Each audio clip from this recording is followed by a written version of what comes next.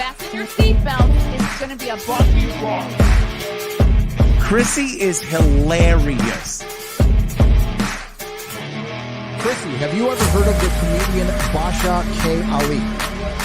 No, that sounds like something you yell at before you blow up a plane.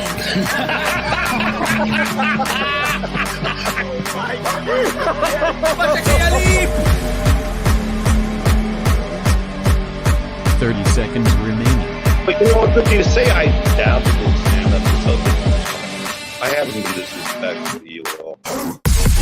I was very confused by the title, Everything Everywhere All at Once, because that's also what we call it when Ash takes off his shirt.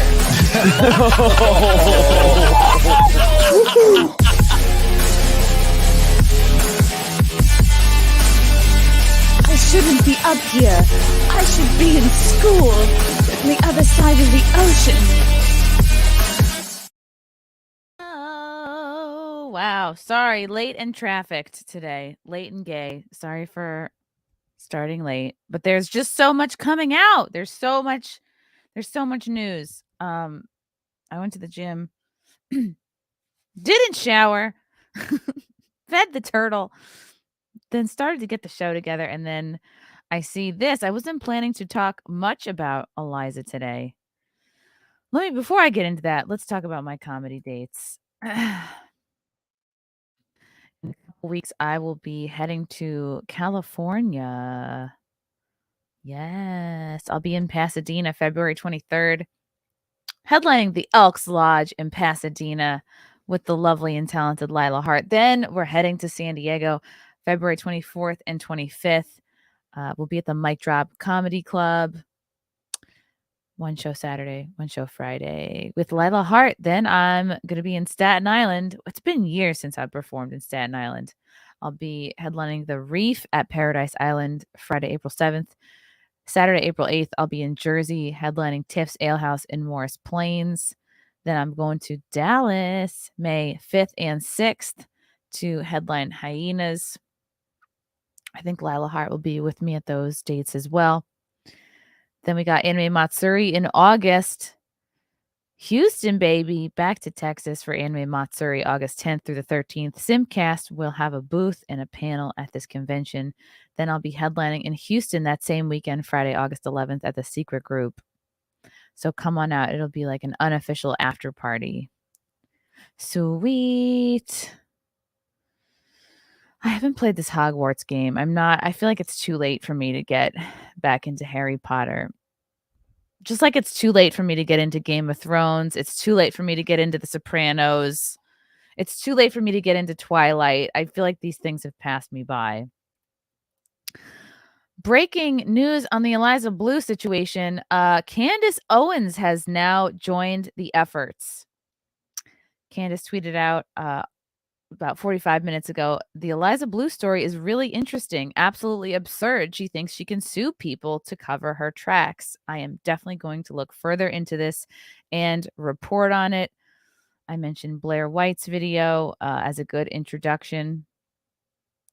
And here's why I want to talk about this again today. This guy, Mark, I don't know him, but I was like triggered by his comment. Oh, it's more podcast drama. And that is unfortunately what this has kind of devolved into for some people. Kind of just infighting, which it never should have come to that. It really should. I think we lost focus in the whole thing. And that's what kind of inspired my tweet this morning. Not that I'm here to just like refer to my own tweets all morning. Hold on. I want to keep up Candace's Twitter account, but I'm going to read my own tweet because this is how I feel. I'm fired up this morning. I'm like, I have renewed vigor about this topic, but for a different reason. So I said, what is it? And then I've noticed in some of the comments on Twitter, people go, oh, you're obsessing. Chrissie, you're still obsessing about the story. Oh, I'm sick of hearing about it. And that's all of our faults. We all got distracted. I said, what's the difference between obsessing versus covering a story for 3 weeks because questions remain? It's been 21 days and we still don't have a straight answer. You know what? I am going to show my screen because you guys at home are going to follow along. Okay. This is what I tweeted. I said, because I'm responding to like a few people saying in a row saying I'm obsessing. I'm like, what is the difference between obsessing versus covering a story for 3 weeks because questions remain? It's been 21 days and we still don't have a straight answer for why Brittany Venti was censored for tweeting about a public music video, because legal reasons is not good enough. And we have lost sight of this. This is the key issue. This is a censorship story primarily. This is why people should care, because of censorship, not because of, infighting between your favorite news person or influencer or YouTuber. It's because of this. I don't know if you guys read the most recent installment of Shane Cashman's article. I think I read it with what's her face the other day, Haley Kennington. That was literally yesterday. I'm like, the other day. It was fucking not even 24 hours ago. And in the second installment, Shane, I just feel like it's very flowery. Do we really need a deep dive into her life? Like, do you really need to go to her parents' farm in Illinois to get answers to relatively simple questions? And the relatively simple question that we still haven't received an answer for is, why did she get Brittany Venti censored for tweeting about a public music video? And I believe Eliza's response was like, well, it's not public anymore. Well, what the fuck? It was public at the time. Why did you at the time censor her for a public video? She just says legal reasons, and that's not good enough. It's really not good enough. Eliza then confirms that she's not going to sue anybody at World Star Hip Hop. She's not accusing anybody at World Star of trafficking her. She clarifies everyone at the shoot was on the level. She's not saying anybody at the shoot is trafficking her. So if this is the case and World Star Hip Hop, she said, "Oh, I don't think World Star knew about me being trafficked. I don't think they knew." Then why are you, if they're not involved in this at all, why are you taking down this music video 6 years later and only when you're asked about it? Let's say she was horribly abused and, Shane Cashman kind of details that in his second installment. Like, it was a lot about her getting on drugs and fucking around, and her parents couldn't recognize her, and it was a lot of back and forth to and from LA, a lot of trauma brain. I don't really know what that means, but if we're using the term trauma brain to explain like months and years of bad decisions, then yeah, maybe I'll just start saying trauma brain. Yeah, it was my trauma brain. That's why I personally lost my virginity to a roadie from Rusted Root. Oh yeah, it was I stayed with my ex too long because of trauma brain. And that's what it's doing. It's kind of delegitimizing these terms and the language that real survivors use to explain their experience. And I just maintain that Eliza is totally grifting off of that. Sure, something bad clearly happened to her. She went to the hospital. She almost OD'd on meth or did OD on meth. The article also clarified a couple things for me. Like, I don't know if anybody else felt this way from reading it. It's like, what kind of a mother or father, like what kind of a parent allows their 17-year-old to just like up and move to LA? I don't know. Unless you had a very specific job or you were cast for a very specific show or project, that's one thing. But just to be like, oh yeah, go find yourself. I think it's a little young for that. Maybe that's my own judges. Because I'm somebody who always had a regular 9-to-5 day job while also pursuing my dreams. And you know what? Maybe I am judging it because I luckily was born in Long Island. I could commute to New York City. Lived at home for a couple of years before moving out. So whatever. I guess we're just getting distracted. Like, do we really need her whole backstory? To me, it's pretty obvious that she's lying about ages and dates of things, but we're getting away from the censorship aspect of this. I don't think it was, I think, whether you like or dislike Tim Pool, I think it's fair to say everybody respects what he's built with his show, and that he mostly does very good work and is a good journalist. Like, whether you like him or not, we all have to respect that he's crushing it, built this huge show.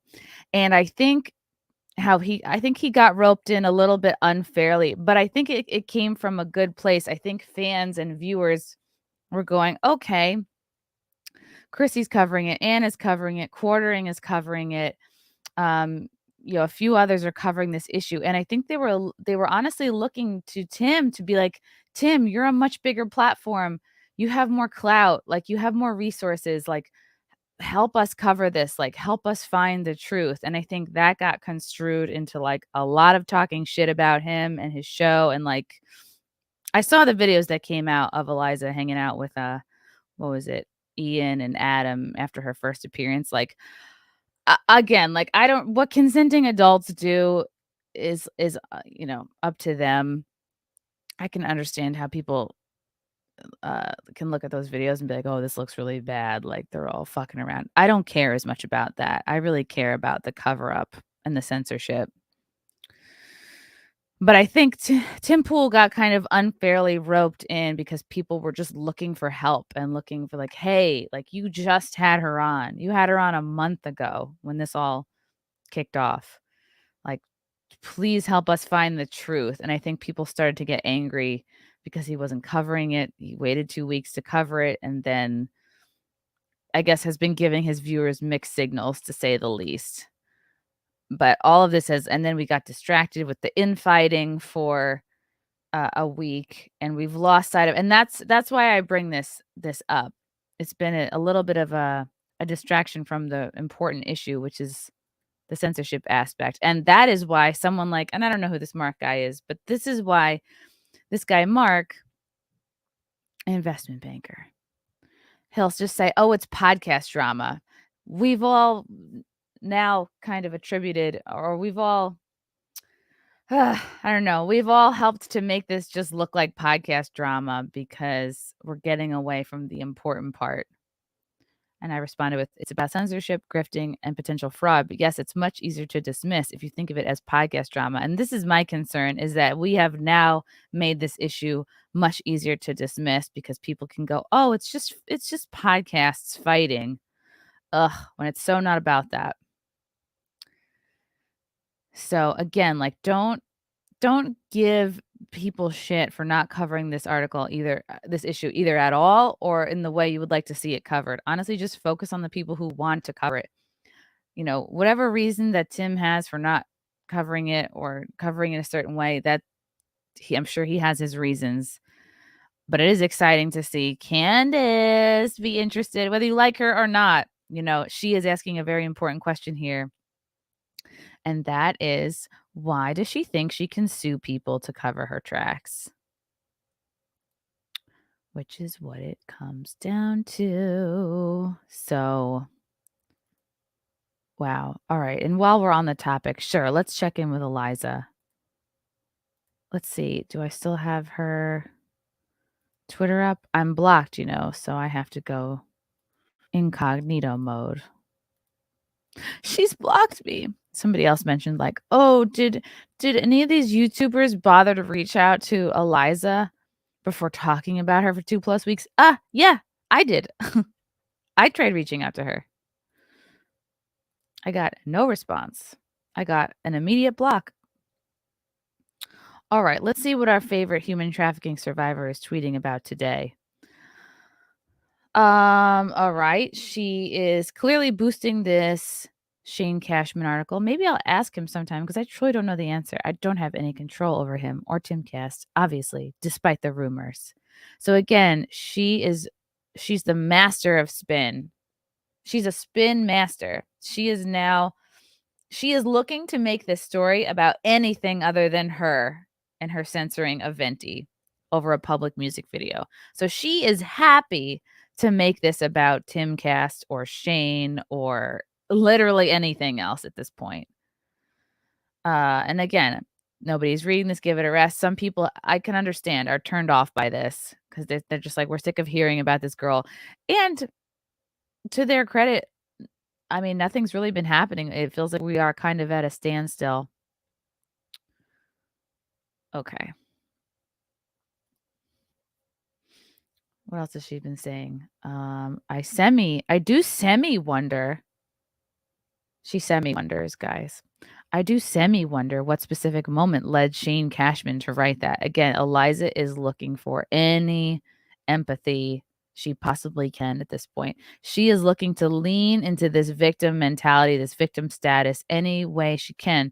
So, of course, she's going to focus on the paragraph in Shane's article where she looks like a victim. And that part of the article was, "We have encountered a gang of leeches here." I guess this is the group that I'm part of. Leech gang. We encountered yeah, isn't it sad that people who want the truth are called a gang of leeches? We've encountered a gang of leeches here that suck at the skin of a machine they can't comprehend the full scope of because they are so lost in their own narcissism. Again, any YouTuber can be accused of narcissism. Like, we're literally, our dumb fucking faces are on camera. But how can we research this story and search for the truth? You know, like, okay, okay, would this be less narcissistic if I stopped my camera? Does this help, guys? Do I seem less like a narcissist now? Do you want to just look at Frosk? They're so lost in their own narcissism, or even worse, they are conscious of a symbiosis between them and the destruction orgy, carrying torches and pitchforks and masquerading through the internet, our perpetual trauma machine. Again, it's not about canceling Eliza. It is just about getting questions answered. We simply want questions answered that have to do around censorship and now around potentially suing any of us who talked about her after a certain date or mentioned the music video or showed a picture of the music video or played the music video after a certain date. But this is so dramatic. Nobody wants her to be done. Nobody wants her to stop living. Nobody wants her, you know what I mean? Like, we just want the fucking truth, man. Why is that so hard to comprehend? Our perpetual trauma machine. These people are digital cannibals. I need a shirt that says digital cannibal. Digital cannibals. Like there's something wrong with all of us for wanting answers to reasonable questions. Like, we're now being shamed for asking questions. And we're also being shamed for not letting it go, because that's where people go, "You're obsessing. You can't let it go. You're a digital cannibal." It's like, yeah, we're upset. It's been 3 fucking weeks and basic aspects have not been clarified. It's like, how do you think the people who knew the truth about Hunter Biden's laptop felt? I mean, that was pushed off, what, at least a year, 2 years? And now people are talking about it? Yeah, we can let a story go for 3 weeks, okay, and still care about it. But I think the people that, obviously, it's, if we dismiss it, then the pressure's off and nobody has to answer any hard questions. So it's easier to just say that we're all obsessing and we're all losers in our basements who can't let it go. They care more about their names getting lumped into stories the same way tumors grow in a body. They worship fame. This is pretty disgusting. Like, this paragraph exists all of us, exists for all of us to feel shame, and you're calling us narcissists and that we care about fame? Hello. Look at Eliza's whole fucking adult life. Yeah, we care about fame. Okay, not everybody can have a fucking YouTube channel and talk about issues. Most people work jobs. So, I mean, Brittany was saying this last night, it's kind of our job as people who have time to be on the internet more to read through this stuff and to speak on behalf of other people. I read my chat, the good and the bad. I look at the questions that people have. And if there's enough people asking a lot of the same question, I feel like it's my job to voice that on behalf of people who watch my fucking show. So to say that this is just about my own quest for fame or Jeremy or Brittany's own quest for fame is pretty shitty, especially when there are very legitimate questions being asked of Eliza right now. But no, we're tumors. And so Eliza's being like, I wonder what led Shane to write that. Again, she's like, please, the more pity and empathy, the better. Please, I want to maintain my victim status so desperately. It has me thinking that perhaps I've been settling for a less interesting life than I deserve. What the fuck is this about? Out of all those things, I'd still only want love. Cars and tech companies come and go. Love is more beautiful. I want you to have true love as well, by the way. Again, she's taking this holier than thou, more spiritual than thou, above it all tone. Because she wants us all, if you can deduce and dismiss the bullshit about Eliza Bleu as simply just like drama and chaos and something only small-minded people focus on, and I'm up here, I'm not focusing on that. I'm the bigger person talking about standing in love and wanting to find true love. Bullshit. You just want us to move on because you've been asked uncomfortable questions. I'm so annoyed. I'm so like annoyed. Have you ever been diagnosed as bipolar? Says Zorian. What is true love? Oh, wise woman. Yes, yes, so wise. Now is the time for wisdom, for sure, Eliza. If only you could go back and do it all over again without being apparently a glutton for fame. What about Brittany Venti? Or do you think your enemies don't deserve happiness? Yeah, she definitely doesn't want to answer about any questions about Brittany Venti. The fan fiction that folks had in their head of me controlling multiple corporate tech companies, having a secret love life, and getting a free car was so much more interesting than me going to my $15.50 an hour job while driving my dad's farm truck because my own car is broken down. Again, she's trying to create this image that her parents don't have money, that her parents haven't floated her for years, that she is not currently living with her parents. Like, that's okay. You have no control over like who your parents are. But she's really trying to make it look like she's struggled and she's exaggerating. Like she takes the most exaggerated claim, exaggerates it further, and then makes it about that. And that's how she takes it away from the actual reality. Instead of keeping the focus on you have had some sway in Ella Irwin, the trust and safety head. Like you have a relationship with her and people are asking questions about your effect on her. Instead of making it about that, she's going to mention, "Oh, it's about me controlling multiple corporate tech companies." No, bitch, let's stay focused. Okay, people have specific questions about your relationship with Ella Irwin and possibly also Elon, because Elon said himself in that Twitter space that you had a direct line to him on this issue, meaning the issue of child sex trafficking. So it's already been established she has a direct line to him.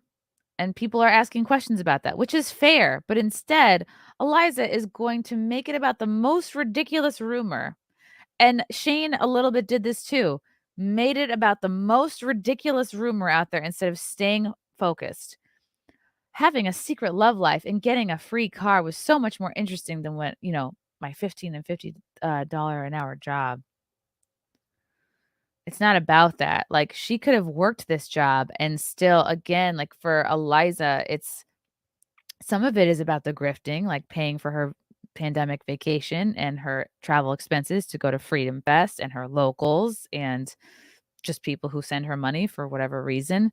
But for Eliza, it is about social clout. It is about her like access to kind of celebrities of the conservative new right podcasting world. That is currency for her. Her reputation, her clout, her celebrity access mean probably more to her than money.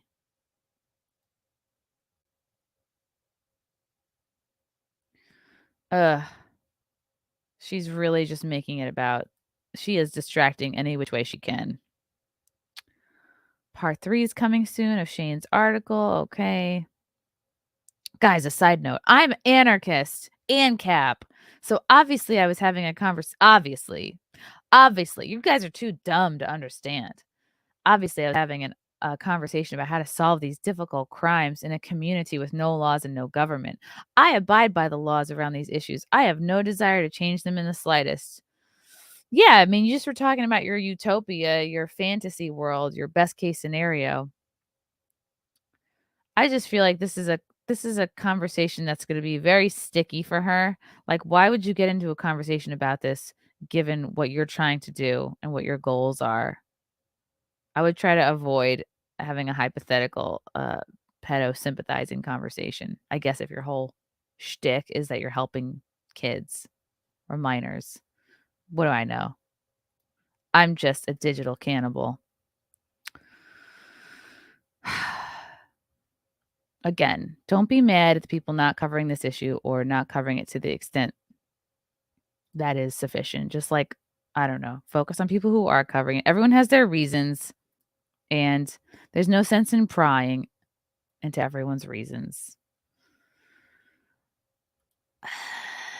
Okay, wow, you guys sent in a lot of super chats. I really appreciate it. I got all wrapped up. So Eliza's going to distract. She's going to do anything to keep herself the victim. A lot of flowery language, and she's going to try to make it about something else. She really does not want to answer the question of why did you censor Brittany Venti on a public music video? At the end of the day, that's kind of all that matters. Her lying about her life, all her name changes. Like, yes, that paints a picture of who this person is.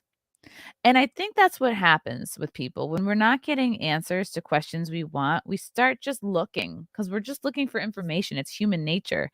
And I think that's what's maybe led those of us looking into this story to a place that from an outside perspective looks like obsessing or looks like not letting it go or attacking other people who should have covered the story better or sooner. It's like we're just trying to figure out what the fuck happened. Young Pei Chang, thanks for the super chat. RIP, you are here channel. It's Alex Stein's now. Yes, congrats to Alex Stein. Last night was the debut of his new show on the Blaze called no, don't tell me. Primetime Alex Stein. I watched the whole thing. It was great. I think he was a little nervous, but who wouldn't be? Who wouldn't be nervous? He had props to Alex for having Gavin McInnes as his very first guest. That's bold. He had a great lineup. He had Don Terrius on. Don Terrius zoomed in. He had Marjorie Taylor Greene on. They were talking about the State of the Union. So good for Alex. He's able to pull some interesting guests, some high-profile guests. And I kind of like him having Gavin on. It's like, I feel like a few of us are just working to like kind of uncancel Gavin. I mean, I don't think he's considered canceled anymore. He's on censored TV, has his own show there. He's doing well. He's getting himself out there. But it was great. His set was literally him in a blimp. And it's funny because there's like a woman driving the blimp, and some people are like, "Is that you?" Because the back of her hair was really curly. He had his dad there. He pulled his dad on camera. That was so sweet. We got to see Alex Stein's dad. You can see the resemblance. And I'm sure he was just so proud of him. I'm sure his mom is looking down on him right now, very proud of him. I'm so proud of him. I hope it takes off. I hope it blows up. I really loved the moments of him and Gavin just leaning back in the recliners, and then there was like an overhead camera shot of them, and they're just like shooting the shit. I think they could do the whole episode like that.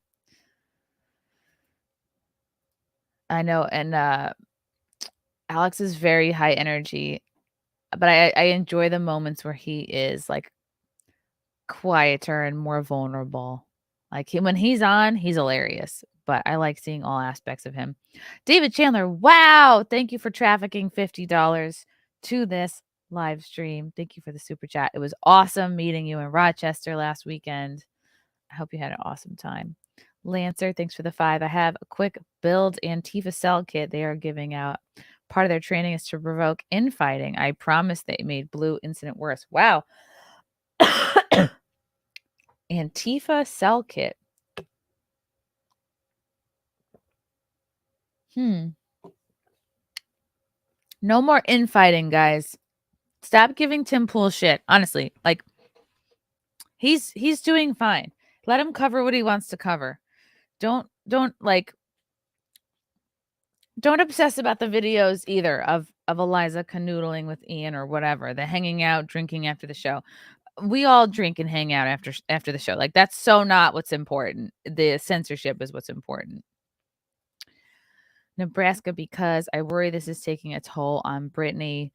I mean, I watched her stream last night. She seemed to be like emotionally in a decent place. It's probably got to be hard to go 21 days without having access to your Twitter account. But Brittany's Twitter is doing great, by the way. Like, she's at over 92K at this point. So she's been steadily ticking up. She's got 92.1K followers. And I remember like last week or 2 weeks ago, like when this was first happening, she hit 88. So she's been she's been gaining followers. But yeah, I'm sure it's frustrating to be like, well, is there an end in sight here? Am I going to get sued? Am I going to get my account back? Like, what the hell's going to happen? What's up, Amanda? Thanks for the 5. It's not obsession when the main problem has yet to be fixed. Thank you, girl. We just lost focus for a second here. Mark Wilkins, thanks for the 5. If EB is so poor, how is she going to afford attorneys and PR specialists to pull off this caper? Also, attorneys are great people. Yes, they are.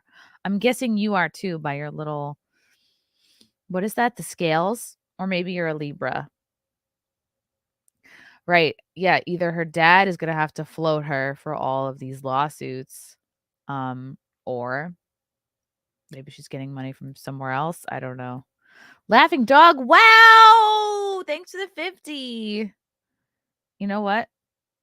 If someone sends a $50 super chat or higher, I'm going to play this song.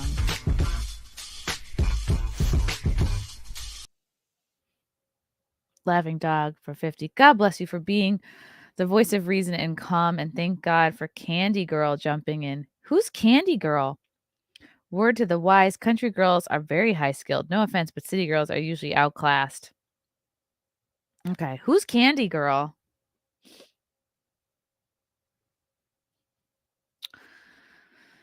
I don't know. Maybe I'm more of a city girl. I'm in there like, but I was raised in a suburb, but I've spent like 20 years, I guess, working in and out of the city. Cool. Thank you, Laughing Dog. Mark Wilkins for 5 again. State Congressman Zooey Zephyr is in support of censorship of the new Hogwarts Legacy game. Yellow Flash did a video about it. Ooh, Zooey Zephyr. That sounds like a porn star name. What kind of censorship? Oh, just censoring the game? I saw a tiny little clip of the game. I think like the graphics are supposed to be really good. 2012 Jameson, thanks for the super chat. Censorship is truth. Being silenced, Tim is honest. Yeah. I think he was just put in a bad spot. But I mean, it's okay. Like, I hope that when people hear my criticisms of how he covered or didn't cover the story, I don't want that to be equated for like personal feelings. Like, I think we can criticize one another without it getting personal. Right?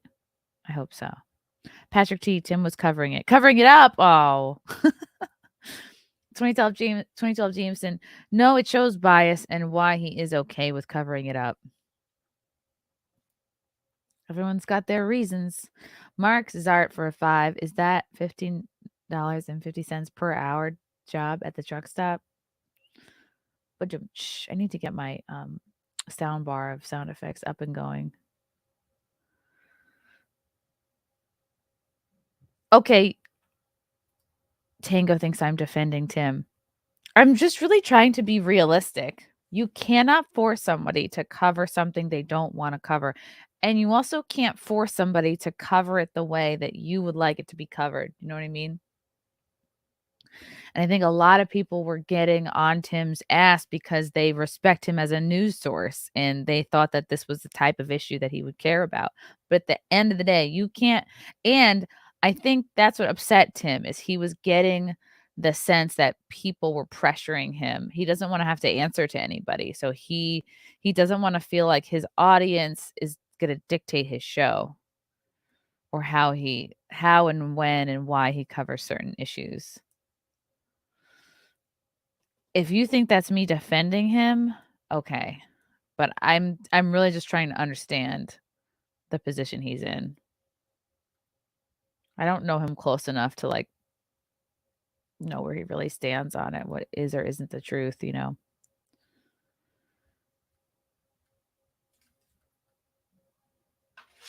Oh, Waffles is here. Hi.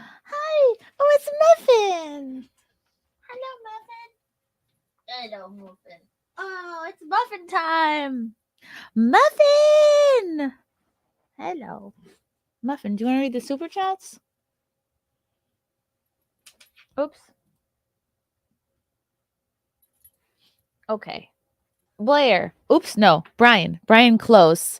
She is not suing anyone because if she does, the other person's lawyer will be able to depose her and ask questions that she will have to answer. I mean, what if she just keeps lying, though? I don't really know how. Oh, really? You want to leave, Muffin? It's like that? It's like that? Is it like that? Or you just want to give me your butt? Ew. Okay. All right. Down you go. You go down now. Okay. I need like a little platform here to put her on. Oh my God. Now you're stuck. God damn it. Oh God. She got stuck. She got stuck on the internet cord. She always gets stuck in this. Why don't you just tape it up, Chrissy? Maybe I will. I don't know. I feel like she's been lying about a ton of shit thus far. So why wouldn't she also lie to a lawyer? Young Pei Ching for 5. Your You Are Here appearances with Berg, Kumi, and Malcolm Flex were my top 10 favorite episodes. Wow. Thank you, Young Pei. I feel like that's how we like became acquainted. Best hair, good riffs, good vibes. I should have saved them. Aw. Wait, are all the You Are Here shows, like, are they gone now? Are they still on that channel, or did they completely switch it to Alex's channel? Oh, I'd be curious, like, what they did with all those old videos, you know? They did a lot of good episodes. Yeah, we had fun. I thought what was really funny about the episode we did with Kumia is that, like, I think Elijah didn't know how to introduce him, so he just, like, introduced Kumia as a comedian, and we were all like, "Ah, he's a radio legend!" It's okay. Autistic Musings, thanks for the super chat. Kind of annoying when you follow people because they purport themselves to be about free speech and honesty, and they go and do this kind of thing. I understand this feeling, Autistic Musings. I understand where you're at. I think a lot of people are feeling this way. But again, we have no control. You can't make somebody do a thing. Dirt Bike for 10. I don't blame any of y'all for the drama. The reason it's turned into drama is because the original question has gone unanswered. Yes. And that's partly Tim's fault for completely ignoring the censorship issue. Oi. Yeah, I wish we all could have kept it focused on the censorship issue. But, you know, we're human beings. People's emotions get involved. Yeah, I'm annoyed that we all lost focus, but maybe I also lost focus. I don't know. I talked to one of Eliza's ex-boyfriends who's very hesitant to come on the record because he doesn't want her and her people to like come after him. I don't know. I feel like he's on the fence about. All right, let me read this first. 2012 Jameson. Sorry, but I'm allergic to BS. Includes media. I feel that. So I'm talking to this ex-boyfriend of Eliza's, and he's the guy who called into Compound Media that one time. And I really would like to be able to get him on the record because he can speak to exactly the time that she claims she was being trafficked. Like, he was with her from like 95 when he was 14 and she was 15. He took her virginity. Like that, like it's nobody. Like that person took your virginity and then you dated for like almost 10 years or something on and off. So from 95 to what, like 04, maybe 06 or something. So I feel like he would be able to provide like critical details, but I understand he doesn't want people to come after him. And I don't have like a voice changer thingy, but I know that Farron probably does. So I don't know what's going to happen with him. Benjamin Mauser for 5 Tim just had Crowder on about the big con and censorship, and then ignores when someone in his circle censors people. But you know what? Maybe Venti is not like big. You know what I mean? Like maybe she's not a big enough account to care about. Or maybe she, who knows? Like, would I have covered it if it weren't a good friend of mine? I would have hoped so. But when it is a friend of yours and someone you've had on a bunch, it's easier to care about it versus if you're not friends with the person, you've never had them on. I think it's probably easier to dismiss. John Thomas, thank you for the 20. 20 towards treats for Muffin. Oh, this can buy more treats. I just ordered I've been actually giving them Carnivore Crisps makes dog treats. And I got them these little like elk cookies. Like elk and beef, I guess. They seem to like them. I haven't tried one yet, even though they're human grade supposedly, but I have not. I used to eat. Well, I did eat a dog biscuit when I was very little. I do remember it though. It was a milk bone. I was like, let me try this. It tasted like shit. Abaru! Thanks for the super chat. Don't hate me because I'm trafficked. Or was it beautiful? Trafficked. Let's focus on the issue at hand. Let's not be mad at each other. It wastes time. But people do love drama. I get it. Who knows? Maybe Candace Owens is going to blow the lid off of it. Maybe, like, Candace Owens has 3 million followers. Whether you like her or not, I think her attention on this issue could really help. Hung Low, the Chinaman, for 5. How dare she besmirch the good name of farm trucks? Farm trucks have done more for the country and the people in it than she will ever do.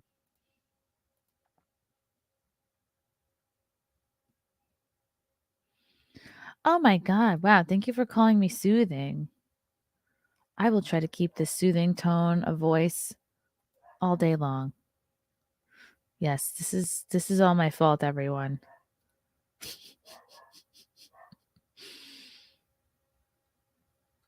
Free Brittany Venti. What would it take? What would it take to free her? Someone would have to really get in touch with like Ella Irwin or somebody at Twitter to be like, right, because that's the only people who can free her. They'd have to really look at her case and they'd have to really understand like she was not censored for posting something private or revenge porn. She was censored for posting something public. And like, can we all acknowledge that that's what happened? Number one. Number two, like, can we get this ban lifted?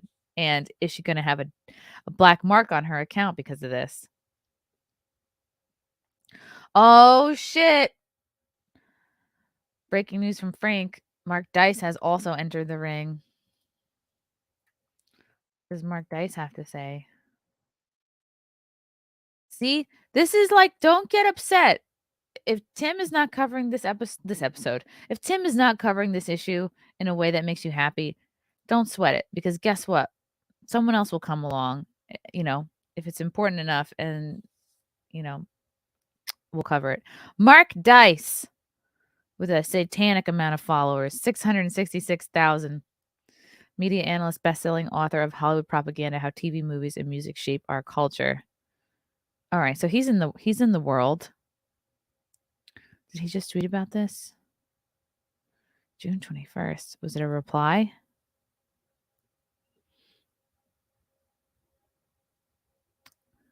Where is Mark Dice? Where is his response on this? Frank, did you lie to me? Twitter DM'd me the link. Oh. All right then.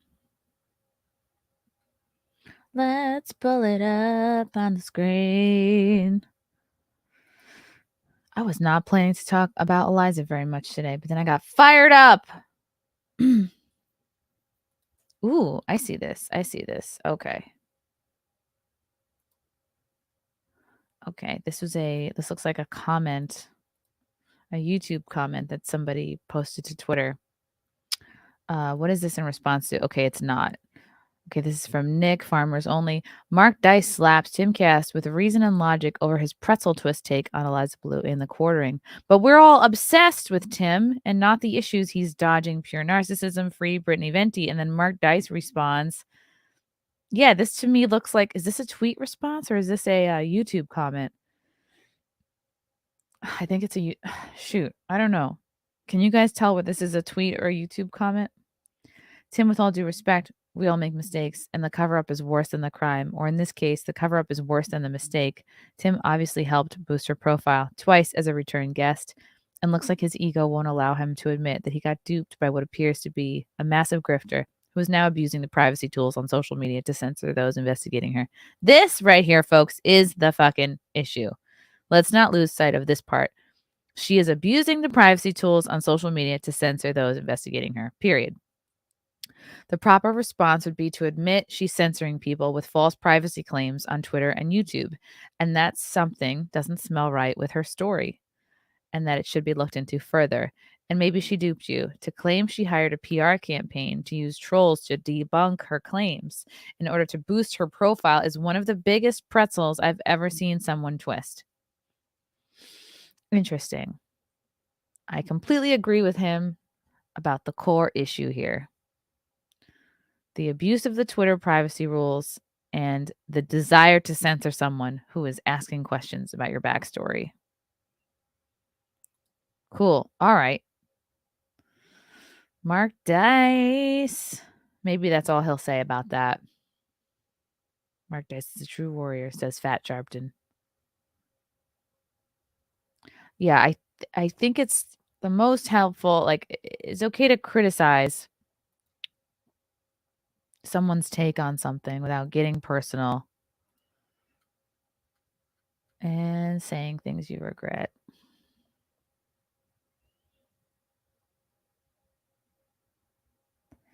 They see me rolling, they hating. Do you ever get a song in your head and you're like, I don't even remember when the last time was that I listened to this song? Catch me right that day. Amanda's back. Thanks, Amanda. Don't get mad at the way people cover things, but do pay attention to the way they change their story when the tide changes. Yep. I think a lot of people have just been hanging on the sidelines waiting to see what other people dig up because this is a dirty, tricky, sticky issue here. This is a sticky ass topic. A lot of people don't want to touch it with a 10-foot pole, and I get it. Wastelander for 5. Tim may have a point that this is a planned attack on anti-establishment media. How would that be? They're using Eliza to take down what, like Timcast, Quartering, other YouTube channels. I guess maybe to what make us all look like we're just more invested in drama. I guess that's possible. Like get us to fight amongst ourselves and what, all the while the real issue doesn't get moved up the ladder. Yeah, it's certainly possible. Tonkin Cat. What's going on with Crowder? He's been MIA. I don't know. I have not seen or heard from him since he talked about his Daily Wire snafu. Chipicus. Thanks for the $2. Unrelated. Have you heard of China Uncensored? No. Is that porn? Eliza would be perfect in the CIA. Hey, she told Ashton Burry that she was, working with FBI agents, and that's why she needed her info on her Tate victims.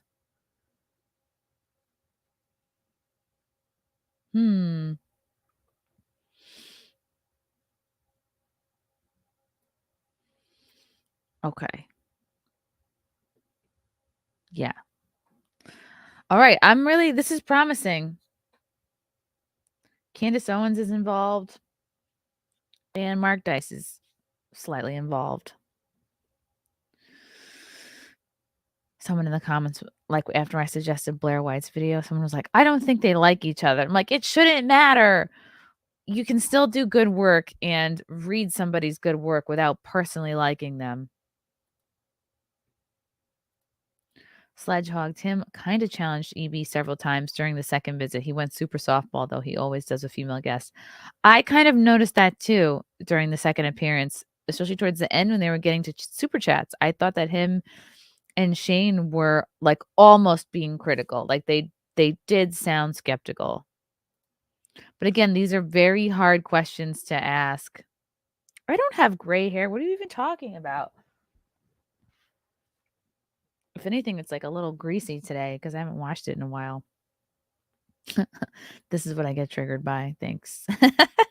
That's like the one thing that I have going for me. Okay. The China shoe. Okay. We're getting off topic.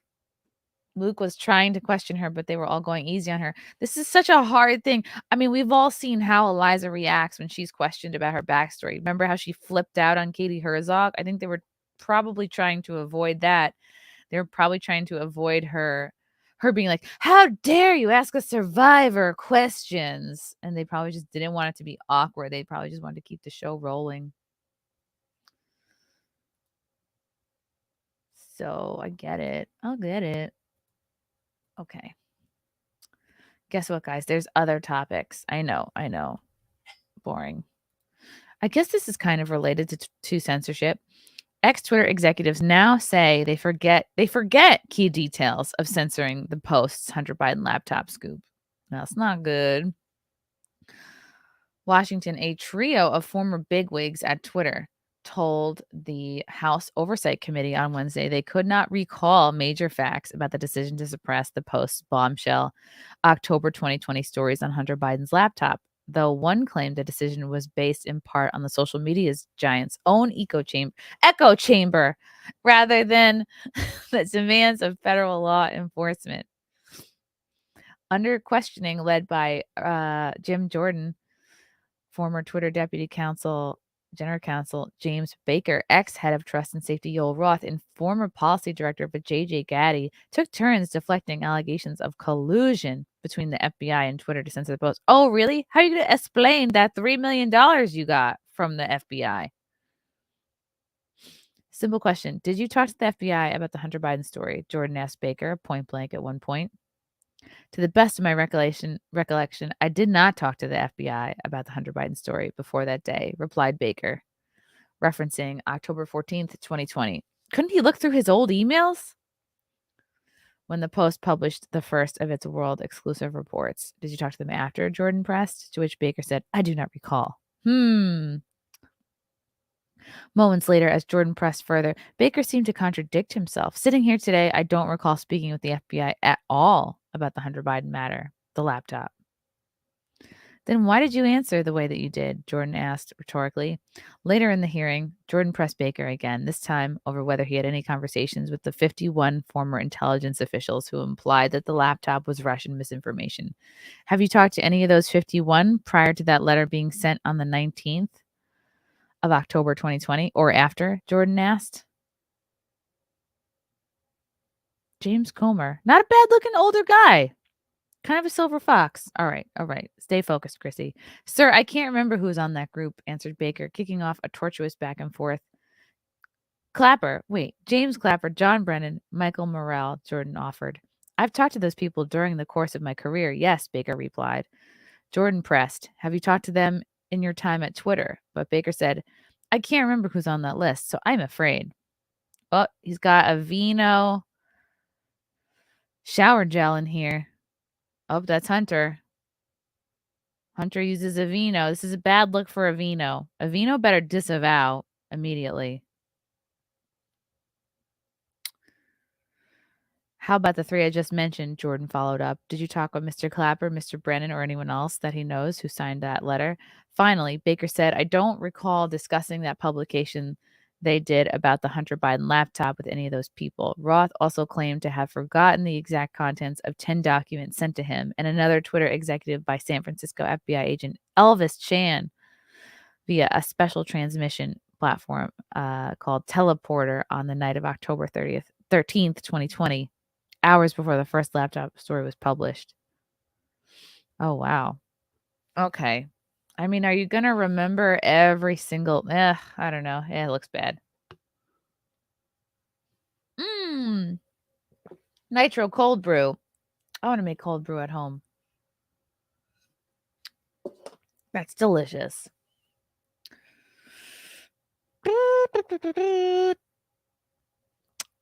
Yeah. Let's remind everybody, the FBI paid Twitter $3.5 million from October 2019 to February 2021 to process its moderation requests, according to documents received by Elon Musk. Paid to censor people. Twitter didn't give me access to my laptop before the hearing, but Special Agent Chan has said publicly, and the FBI has confirmed that those documents did not relate to Hunter Biden, and that's my recollection, insisted Roth, who resigned his position in November of last year. Kelly Armstrong expressed incredulity at the lapses in memory, saying it didn't pass the smell test for the former executives to claim not to recall any conversations with the FBI before censoring the post. You're talking to these people for weeks and months, years prior to this leaking. They have specifically told you in October that there's going to be a leak potentially involving Hunter Biden's laptop that legitimately and literally prophesies what happened, and you didn't contact any of them, Armstrong scoffed. No, I did not. No, sir, I did not, Roth said. Ms. Gaddy, did you talk to anyone from the FBI? Armstrong turned. Not to the best of my recollections, he said. Scott Perry told Roth that it seems highly coincidental, knowing that the FBI had the laptop, that the authorities would warn Twitter about a potential release of hacked documents before the election. Yeah, they were like sucking their D. They were like totally on board with everything they were telling them. It seems like they just didn't question it, any of it. There is a coincidence here, and I really can't speak about how it came about, Roth said. Eric Burleson said the fact that the FBI had the Hunter Biden laptop, heck, it was in their possession for a year before the election, is appalling. Yes, they were obviously hiding it. They held onto it for like a whole year and didn't do shit. Deflections were pervasive during attempted questioning with Baker, in one instance invoking attorney-client privilege while refusing to answer Jordan's query about his involvement in content suppression in a proper way.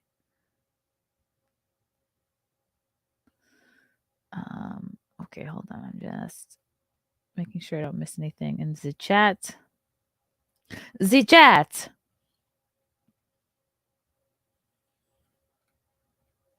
Okay.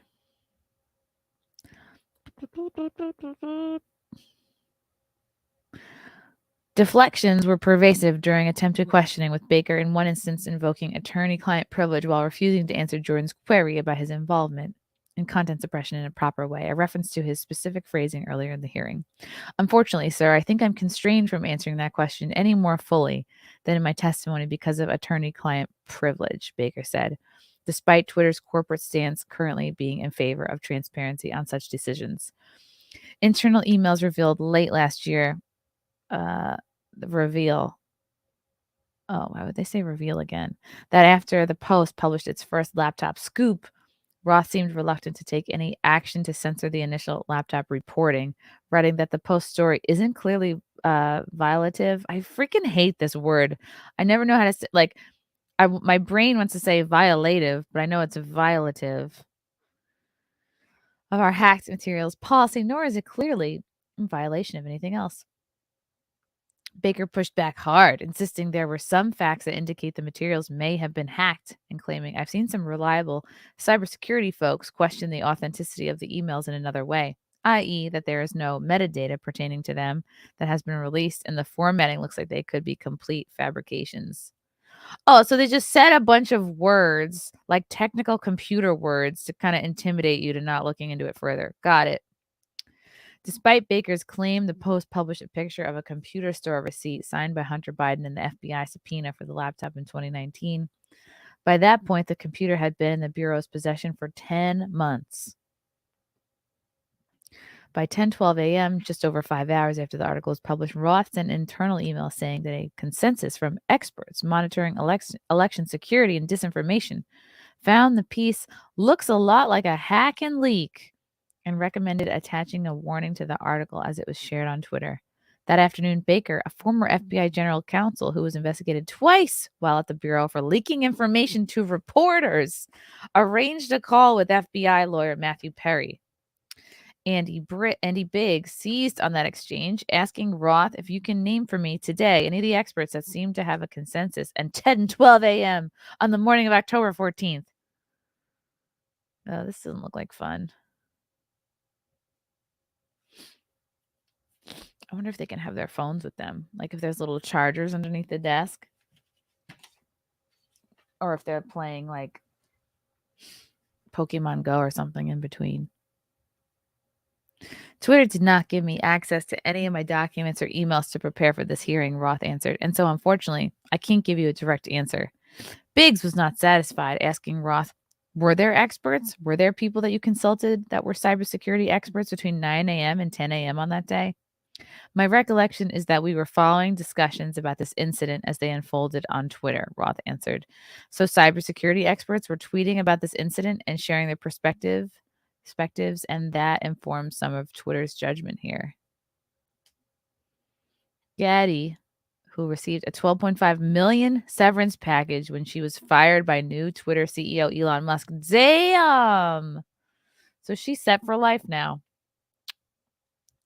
Claimed to lawmakers that the Post's reporting was censored, in a large part because photos from Hunter's laptop looked like they may have been obtained through hacking. Yeah, but if it's CP, does it really matter if it was obtained through hacking or not? I don't know. That's tricky. Doesn't sound good. Do you think Yoel Roth is like flipping through Grindr during this whole thing? Probably. In 2018, we had developed a policy intended to prevent Twitter from becoming a dumping ground for hacked materials, she said before adding, it became clear that Twitter had not fully appreciated the impact of that policy on free press and others. In hindsight, Twitter should have reinstated the Post account immediately, Gaddy went on before admitting that the Hunter Biden never claimed to the company that the laptop was hacked rather than legally provided to the Post. Wow, Hunter Biden never claimed to Twitter that the company was hacked rather than legally provided to the Post. Wow. So they had absolutely no reason to think anything was hacked. Liars! Roth added that Twitter made a mistake by blocking the Post's reporting and locking the newspaper out of its accounts. Republicans on the committee were not satisfied with that explanation, with Representative Nancy Mace calling Twitter basically a subsidiary of the FBI. Yeah, that's what it sounds like. Oh, Vijay. But JJ, you got millions of dollars. Why can't you get a little Botox on this forehead? Oh, there's Hunter again. They're just showing the photos that can be shown in an article. I think you guys got played, Jordan told Roth. I think you guys wanted the story to be taken down. I think you meet with these guys every week. We know that's been established in the Twitter files. You had weekly meetings with Mr. Chan in the run-up to the election. They send you all kinds of emails. They send you documents on the super secret James Bond teleporter. You get information on that. I think you guys wanted to take it down. I think you guys got played by the FBI, and that's the scary part. Woo! Yeah. Okay, hold on. Looking at the chat, making sure I'm not missing anything. You got played. Democrats played defense at the hearing and tried to redirect discussion to focus instead on Twitter, not doing more to restrict speech ahead of the January 6, 2021 Capitol riot. Oh, remember that? That was a fun day. This is a real issue, unlike something that happened a couple of years ago for 24 hours that has already disappeared in the sands of time, but that is facing us today, said Ranking Member Jamie Raskin. I was skeptical about revisiting the whole New York Post thing, where they have already been congressional hearings and they've already apologized for their little lapse. But January 6th is a serious issue. Is it? I mean, it's serious how people have been treated just for wandering into the Capitol building. Later in the hearing, Raskin dismissed what he called a wild cyber goose chase that failed to turn up any evidence that the government or the Biden campaign pressured Twitter to censor the story. AOC even claimed that the laptop was half fake. Really? How do you make half of a fake laptop? She did not provide any examples of forged content.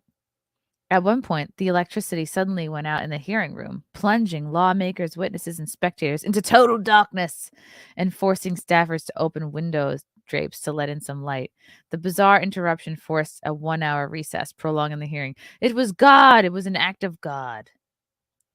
Before and after the lights went out, the committee chased key breadcrumbs left by Musk's internal disclosures after he took over the platform in October, including that the FBI paid Twitter $3.5 million. This is probably the most juicy bit from the Twitter files, is the fact that the FBI paid Twitter $3.5 million from October 2019 to February 2021 to process its moderation requests. Do I think that's a valuable use of the FBI's time? Ross said under questioning from Jordan. No, but I don't see in a request for review a problem under the First Amendment. Well, I sure do, Jordan answered. The Post's first laptop article revealed that Vadim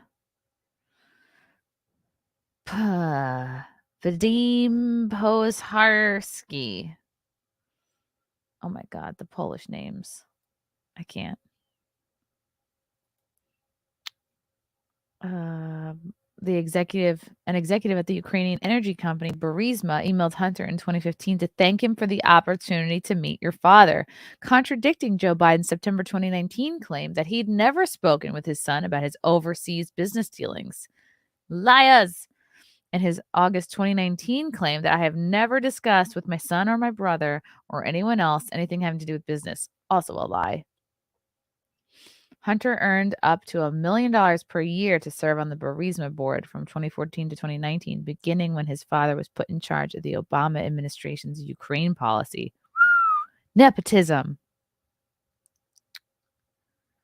A second October 2020 bombshell from the Post described Joe Biden's alleged role in the Hunter Biden and his uncle Jim Biden's business venture with the company CEFC China Energy, which was reputed to be part of Beijing's Belt and Road foreign influence campaign. I think that the Beijing Belt and Road foreign influence campaign had something to do, like China would go to like a shittier country and be like, hey, we'll, build your roads, and then just kind of like hang it over the country's head forever, being like, yeah, you owe us, you're in debt to us. And then basically like own that road. Like, I'm not explaining it well, but it's kind of a shitty situation. A May 13, 2017 email from the laptop said the big guy would get 10% of the deal. Former Hunter Biden business partner Tony Bobulinski alleges that he discussed the CEFC partnership with Joe Biden in May 2017. And though Bobulinski and another former Hunter Biden partner, James Gilliar, identified Joe Biden as the big guy. Do you think this is about penis size? I hope not. Hunter and James Biden earned $4.8 million from the CEFC China Energy in 2017 and 2018, according to the Washington Post's later review of the Hunter Biden laptop documents. And an October 2017 email identifies Joe Biden as a participant in a call about CEFC's attempt to purchase U.S. natural gas. Sounds pretty involved to me. Let's go to the comments. Someone at the hearing needs to ask James I Know Nothing Baker how he conveniently arrived at Twitter 6 months prior to the election and what special talents he, an ex-FBI agent, brought to a company in the social media industry, an industry for which Baker had no experience. Or maybe that's the wrong question. Maybe the question should be why Twitter needed the talents of an ex-FBI agent. Was it possibly to manage Twitter's growing relationship with the FBI? Sounds like a good question. Sounds like Twitter was simping for the FBI or like wanted to get in cozy with them. What kind of a last name is this? Sacamanow. I feel like this is a made up last name. He was working under Gotti, so she needs to be asked why she hired him. In my opinion, he was placed there by the deep state to protect Joe Biden. Even after Gotti was fired by Musk, Baker still suppressed stories until Musk found out and fired him. Yes, excellent point. He was still lurking. He was still hiding behind a snake plant, being like, oh, nothing to see here. I'm just a regular Twitter employee. You forgot to include the other 80 ex-FBI employees working at Twitter. Damn. Interesting. Same as a person with no energy experience could get a $55,000 a month in an energy company. That is a reference to Hunter. I don't know which of you guys are susceptible to reality, but you will find ex-FBI agents in every security role for every company and every high net worth individual in the US and around the world, regardless of politics, because they are the best trained and best educated law enforcement in the US. They pass background checks. Actually, it's retired FBI agents that generally do SSBI, single scope background investigation for security clearances. They are extremely competent and reliable. They know people in law enforcement and how to interact with law enforcement. In other words, they are the best of the best, and any of them can get a nice security or intelligence job post FBI, and many do. The only thing that wouldn't be normal is yeah, but it's very sus that Baker started working there so close to the election, like literally 6 months before the election. It just seems sussy.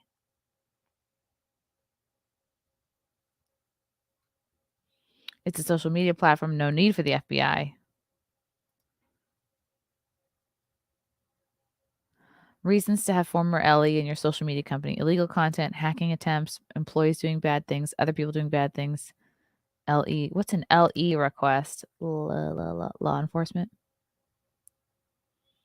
YouTube has a tough decision to make. This hearing is certain to cover material that YouTube has banned as misinformation. Will they even allow the hearing to be shown on YouTube, or will they censor it? Great point. They cannot possibly ban a congressional public hearing. If they do, Section 230 should be revoked immediately and these social media sites crash and burn into an oblivion of lawsuits. Please, these billionaires know they are bigger than the law or the general public. Ain't that the truth?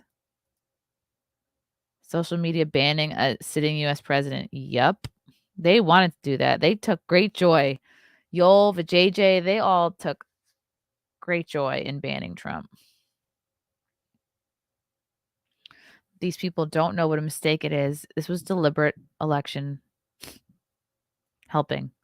You don't get to wash it away by saying it was a mistake. They knew that what they were doing was wrong, and the internal memos and messages prove it. Despicable.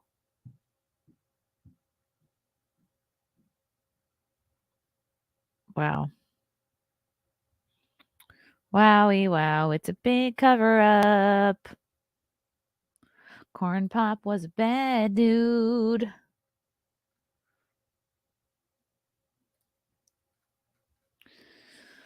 Well, guys, thank you so much for sending Mo super chats.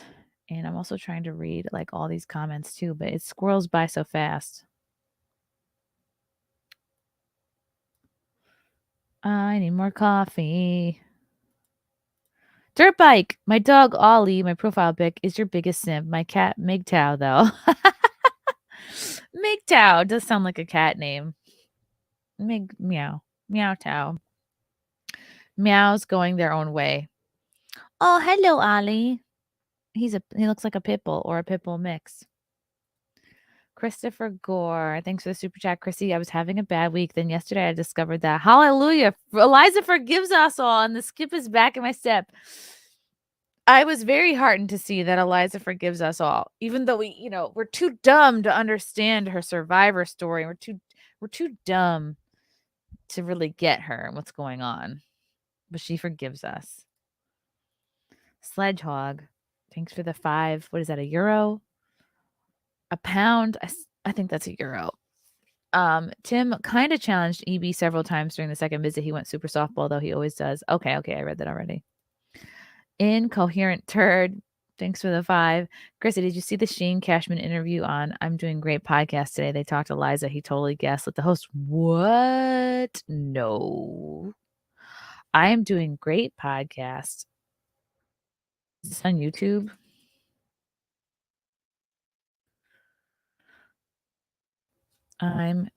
Who hosts I'm Doing Great? John Doyle. 2 hours ago. Okay. I am not going to obviously listen to an hour and 45-minute podcast with y'all just sitting here.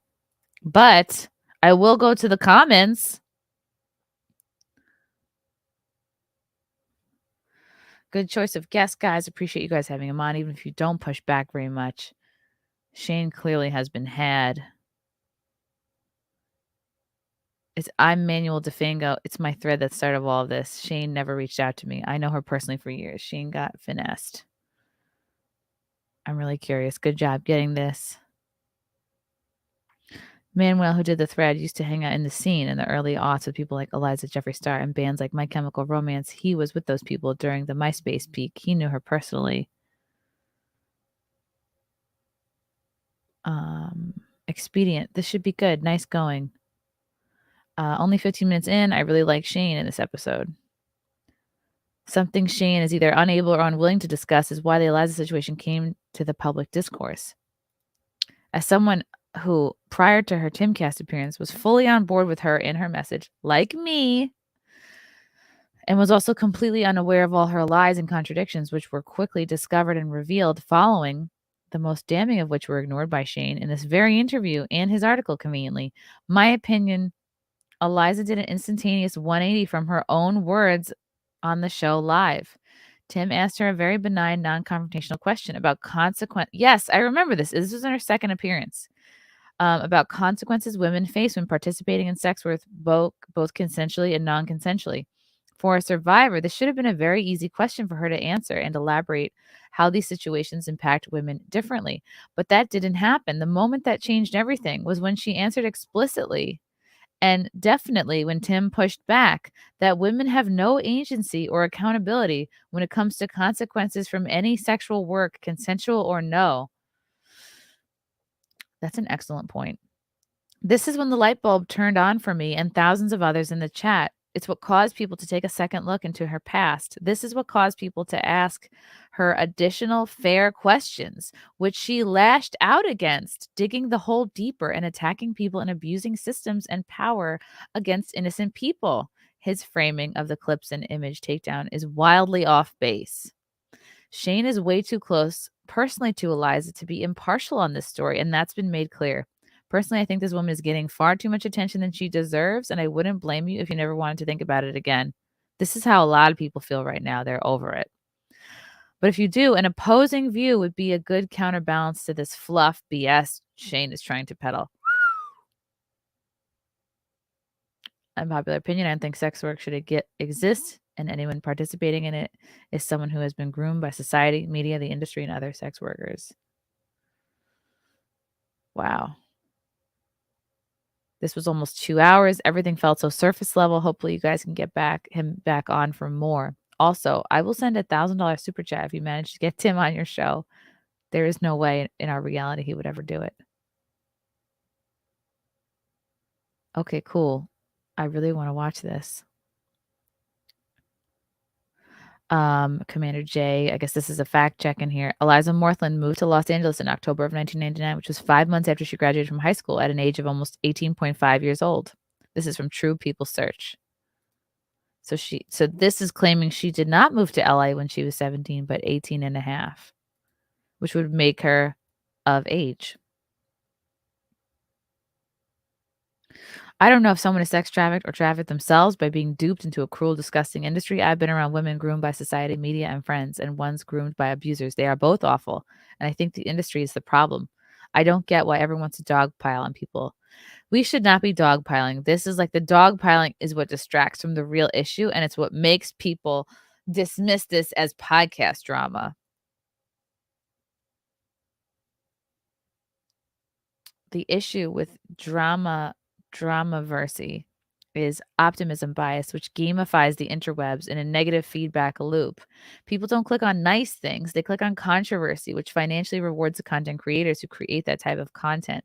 The same mechanism is exploited all over human interactions, and unfortunately, those who don't participate won't receive the reward.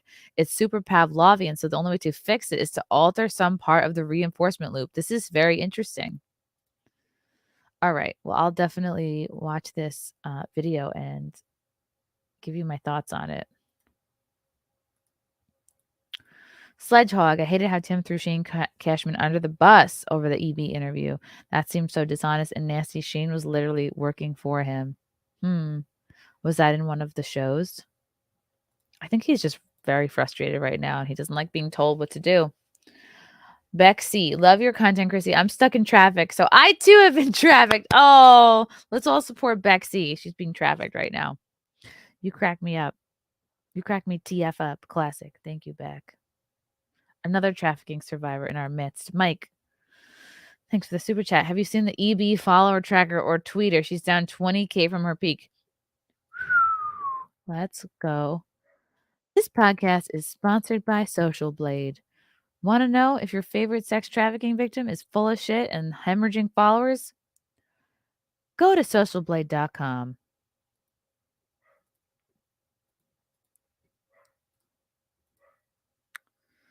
Da, da, da, da, da, da, da. Let's go to her Twitter. Oh boy. It's not looking good for you, man. Whoop. That's a big dipperoo. All right. So this takes us from the 27th. Oh no. She had a big loss yesterday. What happened yesterday that caused her to lose so many? Damn. I saw this tapering off. Look, went from February 2nd. I guess, was that the Beast article? Yeah, because I think the Beast article came out, the Daily Beast article came out last Wednesday. So this Thursday number is the result of the article.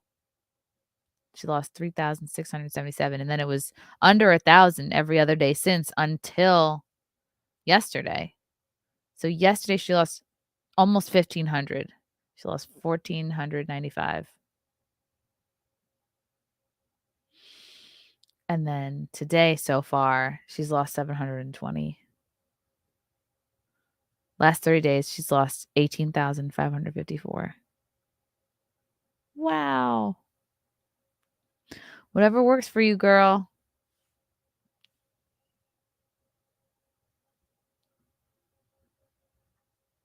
Wow. She's still tweeting, though.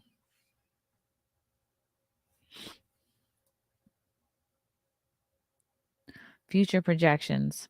Social Blade predicts. Oh,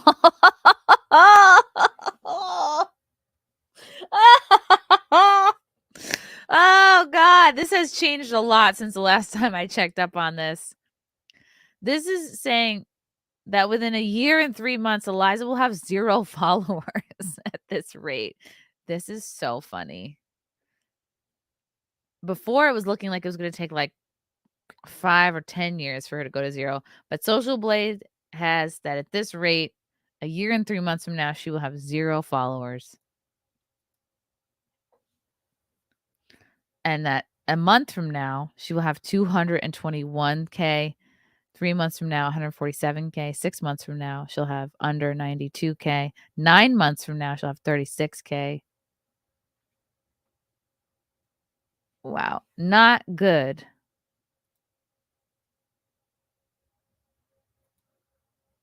All right. I'm just clicking on things. Detailed statistics. Okay. This is number of followers. Interesting. So she lost 147 on the 18th. I wonder what happened that day. Because things really kicked off on the 20th here. But she was steadily gaining, about 100 a day. Tweets. And then look at this. Look how little she was tweeting the last couple weeks. Deleting tweets on some of these days. She deleted a lot of tweets on this day, February 4th. I wonder why that happened. Why did she? It says a net negative of 18 tweets. So, I mean, she could have still been tweeting, but she ended up at a net negative 18. Wowie. Let's go to the live count. Woo! No bueno. How low can you go?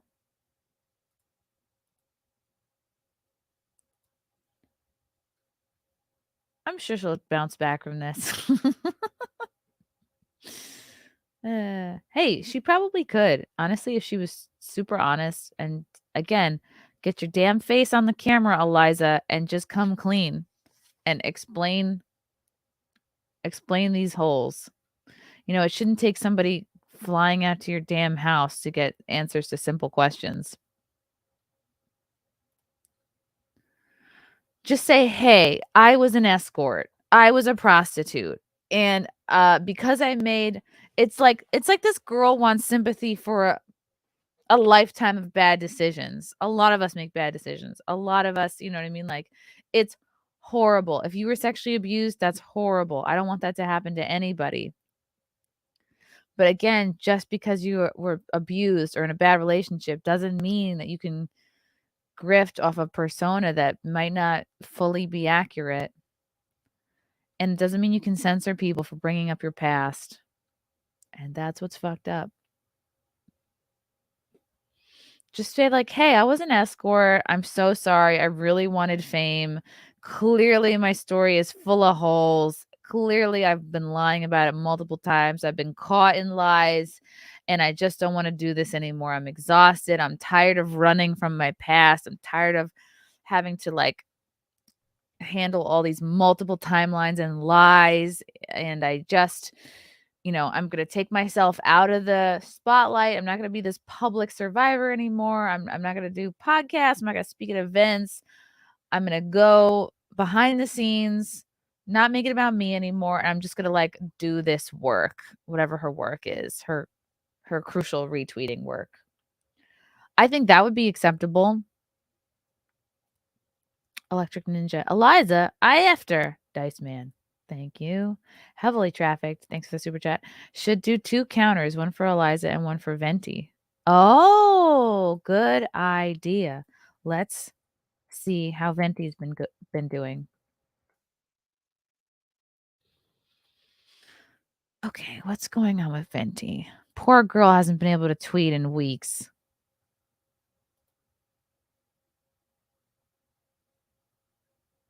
$92,111. She's been doing whoa, and she keeps gaining. Good job, Venti. Wow, she's been crushing it. Look at this. In the last 30 days, she's gained 9,000 followers. She's been steadily gaining at least 100 a day on average.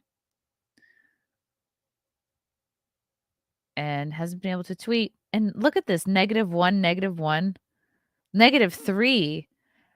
This is what's interesting because Venti's been locked out of her account since the 20th, but why are there deleted? Deleted following. So maybe she's lost a couple here.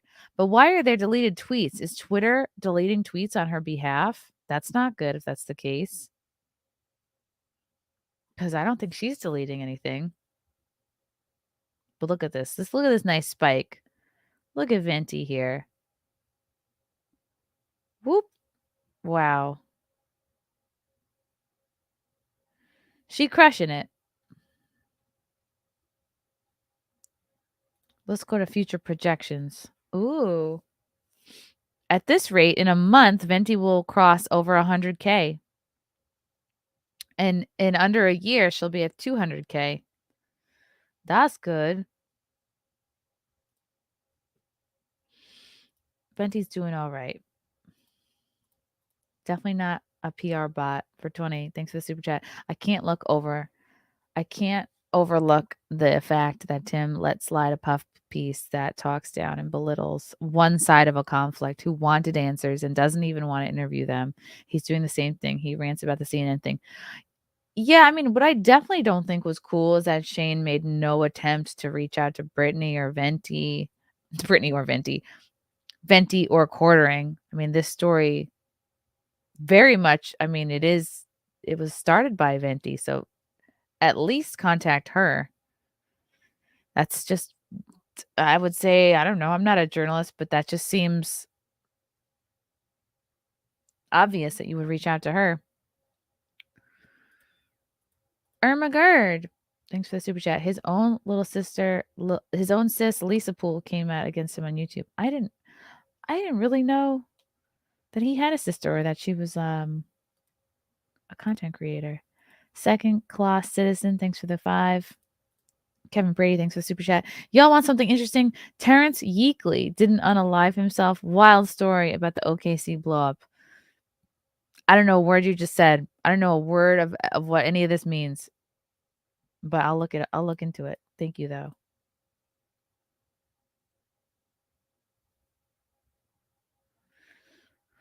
Wow. Okay.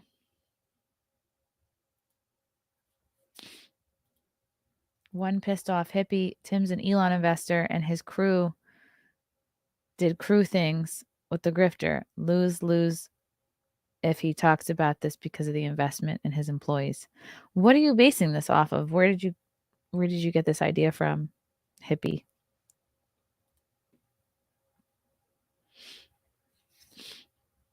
Yeah, I think it's a waste of time to like keep hating on him because the story is about Eliza. It's cold in here. Why did I open that window? Now I'm cold. Let's talk about the migrants. New York City, huge illegal immigrant migrant problem going on at the moment. It's so funny that Eric Adams, who he and all these other blue state governors gave shit to Abbott and DeSantis for busing and shipping off illegal immigrants to different states, to like Martha's Vineyard or to even New York City. But now we have Eric Adams doing the very same thing. Some migrants bus to Canada, already heading back to New York City. So Eric Adams has been busing migrants to Canada. Blame Canada. Overrun by asylum-seeking migrants sent to the city from southern border states, New York has been offering free bus tickets to the Canadian border for migrants wanting to start a new life up north.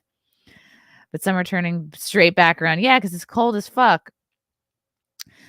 Isel Thielman, the director of a nonprofit team, TLC, which has been organizing buses to Plattsburgh, where there is an unofficial crossing to Montreal, said the reality isn't as rosy as people expect.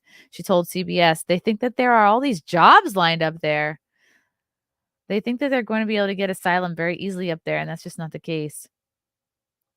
The Post first reported about the controversial program last week, with migrants receiving free tickets at the Port Authority bus terminal courtesy of charities funded by tax. Well, Port Authority, I mean, that's not going to inspire anybody to do anything. That place is a fucking shithole. It's full of crackheads. Despite the free ride, Thielman said migrants are getting frustrated with conditions and opting to return to New York City, where shelters and services have been strained by, oh my God, we're up to 43,000, by 43,000 asylum seekers in the past year. That's so many.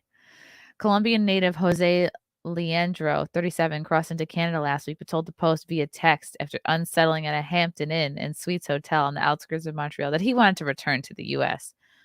When asked why, Leandro replied, "Mucha nieve," which is Spanish for lots of snow. I knew that. I could tell you that. I did Spanish till college. Mucha nieve. Too much snow. Gee, why aren't these Mexicans enjoying Canada during winter? I mean, are they Mexicans or they're from like kind of everywhere? Haiti, right? Haiti, Venezuela, or where are they from? Colombia. Canada announced an ambitious plan to offer 1.5 million migrants permanent residency between 2023 and 2025 to combat a labor shortage. The unofficial border crossing at Plattsburgh has become a hotspot with nearly 4,700 people heading from the U.S. to Montreal in December and surrendering themselves to authorities and claiming asylum, the CBS reported. Wow, look at this Biden migrant crisis to cost New York City $4.2 billion, more than twice of what the mayor warned. You're fucked. However, the influx appeared to take Quebec Immigration Minister Christine Frechetti, I fucking hate French words. Okay. By surprise, and she called on her nation's leaders to crack down on the crossing after finding out about New York's busing program. It's calling it surprising. The Quebec government announced on Monday that 12 organizations in the Quebec area would receive $3.5 million to support the migrants. The migrants say there's too much snow in Canada. They're not comfortable there. Adams has defended the busing program, claiming he is helping migrants reach their preferred destination. Oh, yeah, everyone's dying to go to Canada. Those who are seeking to go somewhere else, not that we're pushing or forcing, if they are seeking to go somewhere else, we are helping in the reticketing process, Adams told Fox 5. We found that people had other destinations, but they were being compelled only to come to New York City. Some want to go to Canada. Some want to go to warmer states. And we are there for them as they continue to move on with their pursuit of this dream. Adams has also denied city officials were actively encouraging migrants to head to Canada. We are not coordinating with anyone to go to Canada. We're not doing it, Adam told reporters during an unrelated event. There is no role in that city is playing. There is no role that the city is playing to tell migrants to go to Canada. Yeah, right. Eric Adams is so desperate to stop these migrants to coming in. Like, I wouldn't put it past him.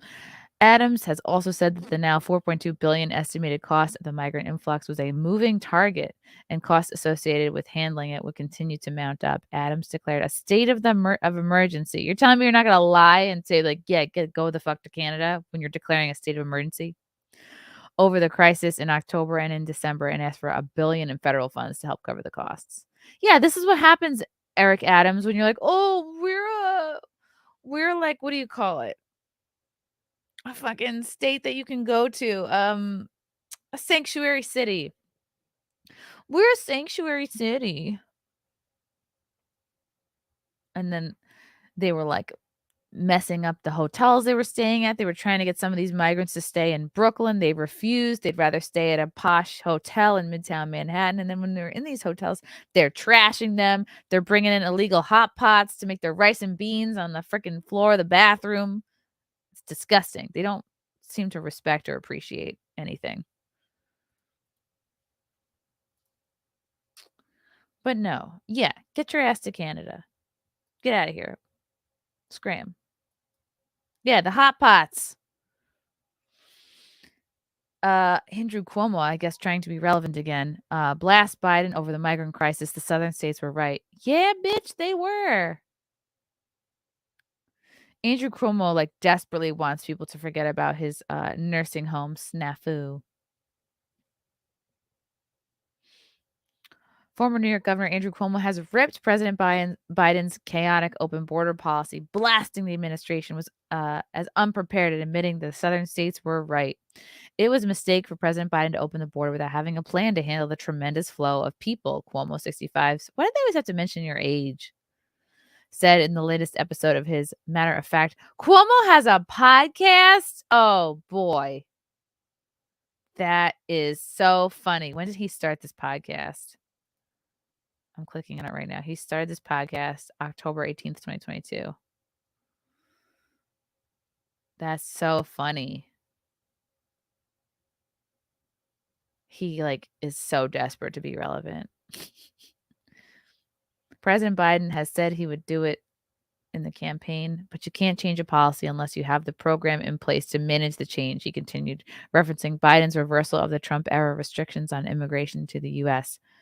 The scandal-scarred former politician accused the Biden administration of not understanding the consequences of enacting those promises. The southern states were right that opening the border created a tremendous hardship for them to handle. They were right that the federal government was not prepared, Cuomo declared. though he disagreed with those states busing migrants north to sanctuary. Are you kidding me? Like, that's literally part of the problem, is that they were bused to places like New York City because they shouldn't have been let in to begin with. Since Biden, 80, took the office. He's 80. He's so old, or whatever clone of him this is so old. Took office in January 2021. A record number of illegal immigrants have poured into the U.S. after his administration reversed several hardline policies enacted by Trump, who is at a youthful age of 76, mind you, including the Remain in Mexico policy that required would-be asylum seekers to await their immigration hearing south of the border. This is a federal problem. Immigration is a federal responsibility. Since Biden took office in January of 21, a record number of illegal immigrants have poured into the U.S. Oh, look, there they are. They'll have like nice new clothes. Look at these nice new sneakers. The ex-Empire State leader who resigned in August of 21 amid accusations of sexual misconduct, which he denied, said the uncontrolled flow of migrants has wreaked havoc across much of America. The border is not just the gateway for people, but for drugs, he said, referring to the thousands of Americans being killed every year by fentanyl overdoses. Yeah, did you guys hear about there's a class action lawsuit going on right now against Snapchat because apparently 50 kids overdosed because they were able to buy pills over Snapchat. They were literally able to buy drugs over Snapchat, and the drugs had fentanyl in them, and 50 of them overdosed and died. Like, and these messages disappear. That's so wild to me that happened. This is on top of a homeless problem that has already strained resources in urban areas. This is all, I mean, this is their fault for like letting it get. They would rather let the situation get so out of control and messy and desperate than change their policy on a state level or just say that they were wrong. They're like, help, Biden, help us. God forbid you like look even the slightest bit red. The former three-term governor also took a veiled shot at his successor, Governor Kathy Hochul, charging that the state government, not New York City Mayor Eric Adams, should take the lead in managing the flow of migrants. Yes, I do think the state should step up. New York City should never have accepted responsibility on its own. Well, yeah, that's what happens when you call yourself a sanctuary city. The mayor should have said that New York State needed to handle the problem. No, I think Eric Adams just put his head in the sand. Hochul's team should have equitably, oh, there's that word, equitably distributed the placement of migrants in counties across the state and not just in New York City, making the burden more manageable. Yeah, but clearly, like, they'd probably be like, oh, too much snow. We don't want to go to Binghamton. More, okay. More than 43,000 migrants have entered New York City. 28,400 live in 83 hotels and 5 humanitarian emergency response and relief centers. Yeah, how much longer are you going to have over 28,000 people living in hotels for? This is killing tourism in New York City.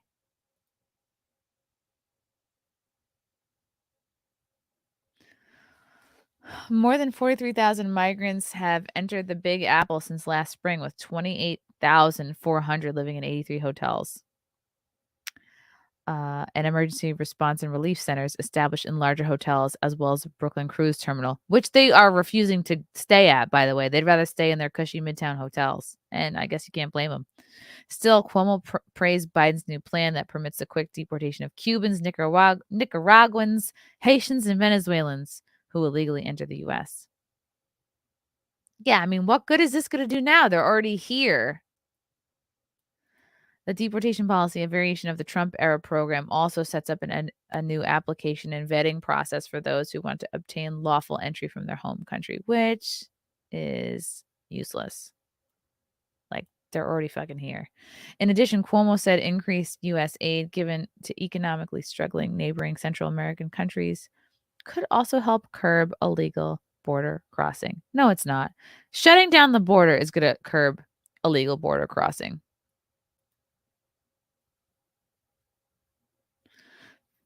To the comments. First, Cuomo is absolutely right on this. Wish he'd said this when he was in office before his troubles. It would have meant a lot more. He has aspirations to rehab his image and get back in the game. Yeah, that explains the podcast. This man has no shame, only political aspirations. He's so desperate. He's willing to speak the truth on this one. Tip of the iceberg, more and more Dems will speak out against their own election, not that far off, and Dems must separate from Biden to have a shot at re-election. This is 100% true. Cuomo and Adams are hypocrites. They're both Democrats, and the Democrats want a wide open border to get millions of more votes. Yup. They just don't want to deal with and have to pay for the illegal mess that their own party created. This is 100% right. Speaks Andrew, who signed the awful bail reform bill and also supported a sanctuary state. Yeah, dude, you kind of contributed to this, Mr. Cuomo. Let's all remember what a lousy governor he was. He and his band of clapping seals have set New York up for this. Please, let's not forget those nursing home elders who died because of his stupid mistakes. Enough with failure. New York needs to move on with better and brighter and younger. Nice try, Andy. You've advocated for open borders for decades and invited everyone to live safely in New York. You caused this as well and have always been part of the problem. We all knew this would happen if China Joe was elected, yet Cuomo said nothing and endorsed China Joe. Yup. He was always on the take. He allowed thousands to be killed so he could collect from Big Pharma. He could have used ready hospitals, but instead, that would have been a nod to DT, and people died. Yeah, because the more people that died from COVID, the more money that New York City and everybody else would get. Wow. I will be shocked if Democrats win the White House in 24, but I was equally shocked when Trump lost in 2020.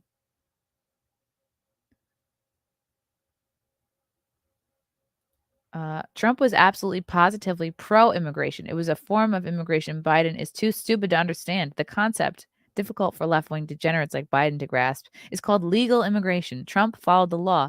It is part of being a responsible member of 195 sovereign nations. America First and MAGA are ardently pro-legal immigration, like all responsible people in countries. Yes.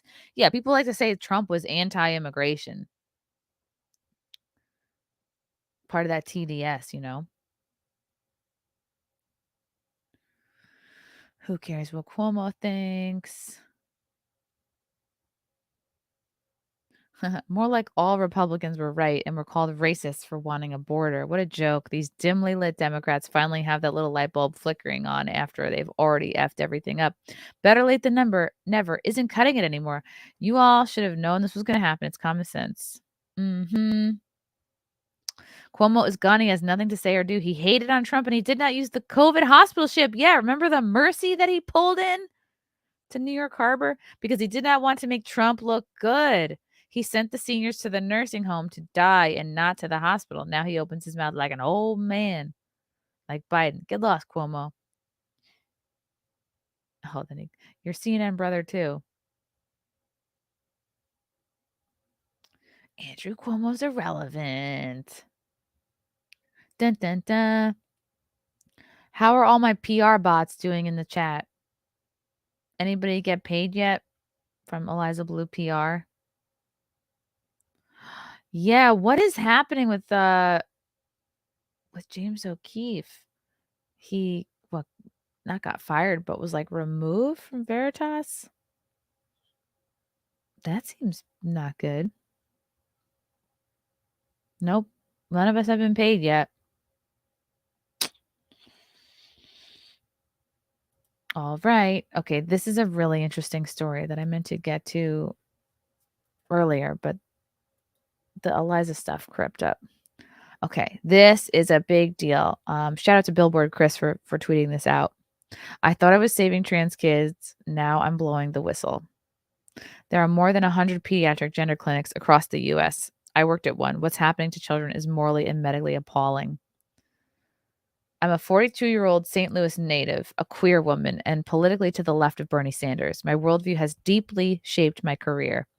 I have spent my professional life providing counseling to vulnerable populations, children in foster care, sexual minorities, and the poor. For almost 4 years, I worked at the Washington University School of Medicine Division of Infectious Diseases with teens and young adults who were HIV positive. Many of them were trans or otherwise gender nonconforming. And I could relate.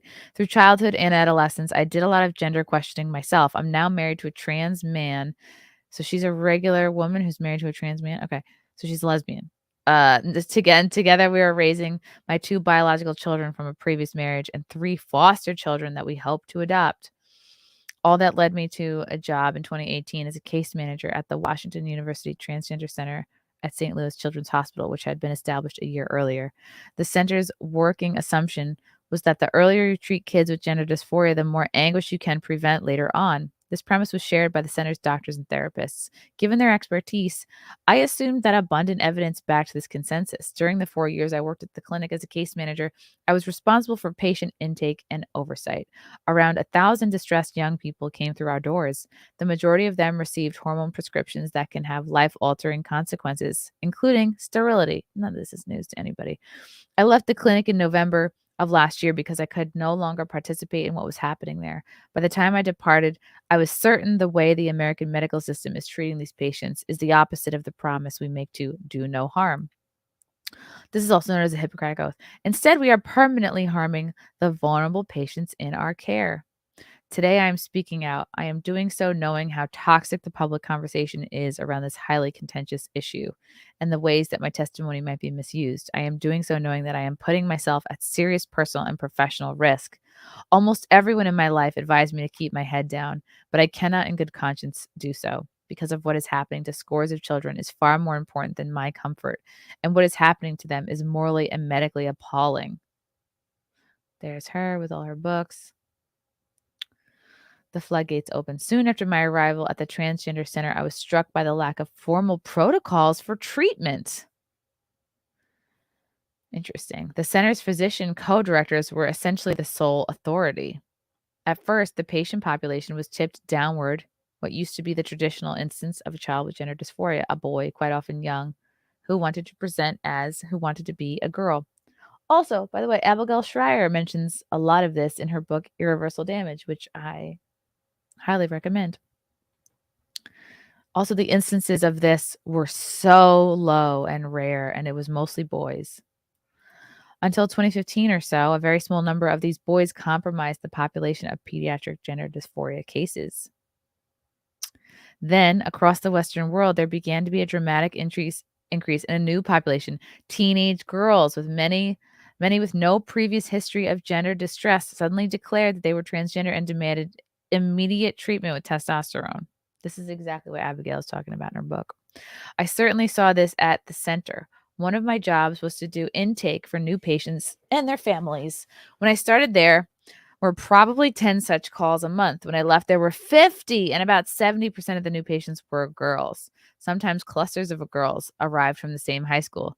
Yep, this is exactly the point, that it's a social contagion. It's a thing that friends are doing together. This concerned me, but I didn't feel I was in the position to sound the alarm back then. There was a team of about 8 of us, and only one other person brought up the kinds of questions that I had. Anyone who raised doubts ran the risk of being called a transphobe. So if you ask questions, this is kind of the theme, the theme of the day. If you ask questions, you get name called. Kind of sounds like something else.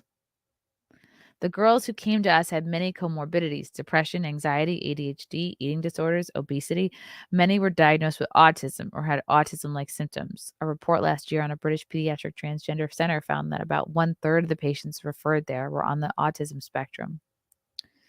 Yeah, so this speaks to there are other underlying issues going on, and people are transitioning as a way to soothe other issues. Frequently, our patients declared they had disorders that no one believed they had. We had patients who said they had Tourette syndrome, but they didn't. They said they had tic disorders, but they didn't. They said they had multiple personalities, but they didn't. The doctors privately recognized these false self-diagnoses as a manifestation of social contagion. They even acknowledged that suicide has an element of social contagion. But when I said the cluster of girls streaming into our service looked as if their gender issues might be a manifestation of social contagion, the doctors said gender identity reflected something innate. So she actually is bringing up concerns, and the doctors are kind of thwarting it. To begin transitioning, the girls needed a letter of support from a therapist. Oh, not from a parent, but a therapist. Usually one we recommended. Oh, so the place that does transitions is the one that recommends the therapist that gives you the letter so that you can transition. Got it. Who they had to see only once or twice to get the green light. This is insane. How little you actually need to make a permanent bodily decision. To make it more efficient for the therapist, we offered them a template for how to write a letter in support of transition. Ha! Oh boy. And the place that's transitioning people is literally giving the therapists a template letter. So all they have to do is sign. They have to do like very little work. The next stop was a single visit, one visit to the endocrinologist for a testosterone prescription. So you only need to go see the therapist once, and then you go visit and you can get your testosterone prescription. That's all it takes. When a female asks for testosterone, the profound and permanent effects of the hormone can be seen in a matter of months. That's how powerful this is. Voices drop, beards sprout, body fat is redistributed. Oh, this part probably isn't so bad. Sexual interest explodes, aggression increases, and mood can be unpredictable. Our patients were told about some side effects, including sterility, which means you can't have kids. But after working at the center, I came to believe that teenagers are simply not capable of fully grasping what it means to make the decision to become infertile while still a minor. Yeah, of course you're not able to grasp it. Literally, I graduated college being sure that I didn't want to have kids. And that is how old was I when I graduated college? 20 or 21? So of course you're not able to make this decision as a minor. It's still like it's so far away. Most kids aren't even thinking about it. Many encounters with patients emphasized to me how little these young people understood the profound impacts changing gender would have on their bodies and minds, but the center downplayed the negative consequences and emphasized the need for transition. So they're literally pushing these kids to transition. As the center's website said, left untreated, gender dysphoria has any number of consequences from self-harm to suicide. But when you take away the gender dysphoria by allowing a child to be who he or she is, we're noticing that goes away. The studies show these kids often wind up functioning psychosocially as well as or as better than their peers. Really? Because I think the studies actually show the exact opposite. That this increases after transitioning. There are no reliable studies showing this. Indeed, the experiences of many of the center's patients prove how false these assertions are.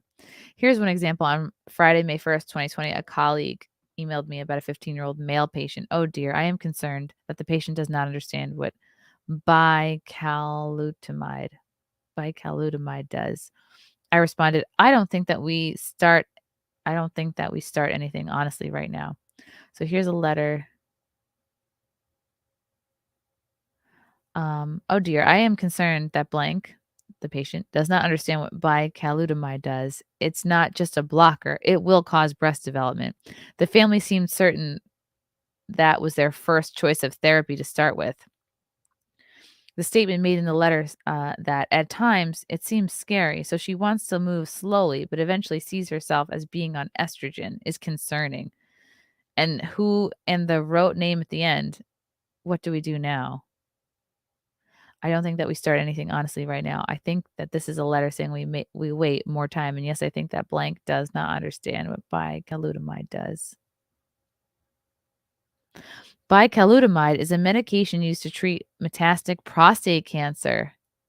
And one of its side effects is that it feminizes the bodies of men who take it, including the appearance of breasts. The center prescribed this cancer drug as a puberty blocker and feminizing agent for boys. As with most cancer drugs, bicalutamide has had a long list of side effects, and this patient experienced one of them, liver toxicity. He was sent to another unit of the hospital for evaluation and immediately taken off the drug. Afterward, his mother sent an electronic message, that's an email, to the transgender care saying that we were lucky her family was not the type to sue. So you have the parents pissed off that the doctors took their child off of a drug that was causing liver toxicity. This is what's so fucked up. It's literally it's more important to these parents that their child transition than that their child be healthy and not have liver toxicity. That is beyond fucked. How little patients understood what they were getting into was illustrated by a call we received at the center in 2020 from a 17-year-old biological female patient who was on testosterone. She said she was bleeding from here, the vag. Then less than an hour, she had soaked through an extra heavy pad, her jeans, and a towel that she had wrapped around her waist. Okay, that sounds bad. The nurse at the center told her to go to the emergency room right away. We found out later this girl had intercourse, and because testosterone thins the vaginal tissues, her vaginal canal had ripped open. Oh no. Yikes. She had to be sedated and given surgery to repair the damage. She wasn't the only vaginal laceration case we heard about. Oh my God, that's horrible. Other girls were disturbed by the effects of testosterone on their clitoris, which enlarges and grows into what looks like a microphallus or a tiny penis. I counseled one patient whose enlarged clitoris now extended below her vulva and it chafed and rubbed painfully in her jeans. I advised her to get the kind of compression undergarments worn by biological men who dress to pass as female. At the end of the call, I thought to myself, wow, we hurt this kid. Wow. I mean, it's nice that these people are having some sympathy here, like it's hitting them. There are rare conditions in which babies are born with atypical genitalia. Yeah, it's called intersex. Cases that call for sophisticated care and compassion, but clinics like the one where I worked are creating a whole cohort of kids with atypical genitals. And most of these teens haven't even had sex yet. So they're literally creating more of these intersex types. They had no idea who they were going to be as adults, yet all it took for them to permanently transform themselves was one or two short conversations with a therapist. Yeah, who literally get paid to convince you to go down this path. It's so fucked up. Being put on powerful doses of testosterone or estrogen, enough to try to trick your body into mimicking the opposite sex, affects the rest of the body. It stops your brain development too. I doubt that any parent who's ever consented to give their kid testosterone, which is a lifelong treatment, knows that they're also possibly signing their kid up for blood pressure medication, cholesterol medication, and perhaps sleep apnea and diabetes. But sometimes, because your body wasn't built to handle this amount of this hormone. But sometimes the parents' understanding of what they had agreed to do to their child came forcefully, like this mother. This is an email from June 9th of 2022. Hello, please be advised that I'm revoking my consent for this course of medical treatment. Grades have dropped. There's been an inpatient behavioral health visit, and now he's on 5 different medications. Wow. Damn. Lexapro, Trazodone, Buspar, etc.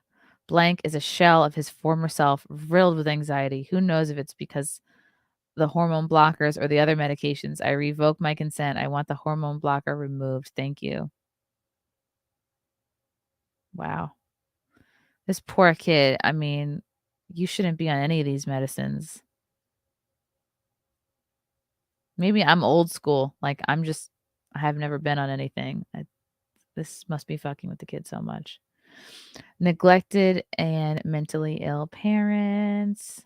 This is crazy. Okay, this is a long article. I've ignored the chat. Let me look at the chat. Make sure everyone's okay. Besides teenage girls, another new group was referred to us, young people from the inpatient psychiatric unit or the emergency department of St. Louis Children's Hospital. The mental health of these kids was deeply concerning. There were diagnoses like schizophrenia, PTSD, bipolar disorder, and more. Often they were already on a fistful of pharmaceuticals. Big pharma is fucking up a generation of kids. My goodness. This was tragic but unsurprising given the profound trauma some had been through. Yet, no matter how much suffering or pain a child had endured or how little treatment and love they had received, our doctors viewed gender transition, even with all the expense and hardship it entailed, as the solution. Whoa. Probably because they get a stellar kickback. Some weeks it felt as though almost our entire caseload was nothing but disturbed young people. Because they are. For example, one teenager came to us in the summer of 22 when he was 17 years old and living in a lockdown facility because he had been sexually abusing dogs. Oh, no. He had an awful childhood. His mother was a drug addict. His father was imprisoned, and he grew up in foster care. Whatever treatment he may have been getting, it wasn't working. During our intake, I learned from another caseworker that when he got out, he planned to reoffend because he believed that the dogs had willfully submitted. Oh, no. Somewhere along the way, he expressed a desire to become female, so he ended up being seen at our center. From there, he went to a psychologist at the hospital who was known to approve virtually everyone seeking transition. Then our doctor recommended feminizing hormones. At the time, I wondered if this was being done as a form of chemical castration. Whoa. The same thought came up again with another case. This one was in the spring of 22, and a concerned young man who had intense obsessive compulsive disorder that manifested as a desire to, let's say, Lorena Bobbitt himself after he, pleasured himself. That's not good. This patient expressed no gender dysphoria, but he got hormones too. Whoa. I asked the doctor what protocol he was following, but I never got a straight answer. This is horrible negligence. Another disturbing aspect of the center was its lack of where is this place, this center? Another disturbing aspect of the center was its lack of regard for the rights of parents and the extent to which doctors saw themselves as more informed decision makers over the fate of these children. This is disgusting. This is exactly what we don't like about these woke teachers who make TikToks and like come out to their classes. It's like parents are losing their own control over their own kids. It's very scary.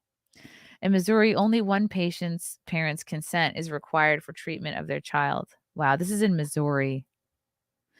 But when there was a dispute between the parents, it seemed the center always took the side of the affirming parent. Of course, because that's how they're going to make money. My concerns about this approach to dissenting parents grew in 2019 when one of our doctors actually testified in a custody hearing against a father who opposed a mother's wish to start their 11-year-old on puberty. Why is it always the mom that wants to transition the kid and the dad doesn't? Why is this always the case? Damn. Like these doctors are actually meddling in custody hearings. That's so fucked. If I had done the original intake call, I found the mother quite disturbing. She and the father were getting divorced, and the mother described the daughter as kind of a tomboy. So now the mother was convinced her child was trans. But when I feel like this mom is like literally transing the kid to take it out on the husband. I know that's so fucked up, but I feel like that's what's happening here. But when I asked if the daughter had adopted a boy's name, if she was distressed about her body, if she was saying she felt like a boy, the mother said no. I explained the girl just didn't meet the criteria. So this mom wants to trans her kid because she's a tomboy to get back at the dad for divorcing her. Great. That's healthy. Then a month later, the mother called back and said her daughter now used a boy's name, was in distress over her body, and wanted to transition. Because probably she convinced her to feel that way. This time, the mom and daughter were given an appointment. Our providers decided the girl was trans and prescribed a puberty blocker to prevent her normal development. The father adamantly disagreed, and this was all coming from the mother, and a custody battle ensued after the hearing where our doctor testified in favor of transition. The judge sided with the mother. Ugh. I raised my concern about parental rights and consent in emails like this one. So this is from June of 21. Thanks. I was not having any issue with interpreting or understanding the elements that she commented on below. I was looking at the bigger question about how consent is now being determined. My concerns are that the judge is essentially removing the element of parental consent and placing it in our hands. The judge could have awarded the medical decision making to the dad or awarded the legal custody to the dad. Instead, the judge put in the center's hands the decision-making for medical transition. And this is a patient who is not yet 16. Holy fuck, that's fucked up.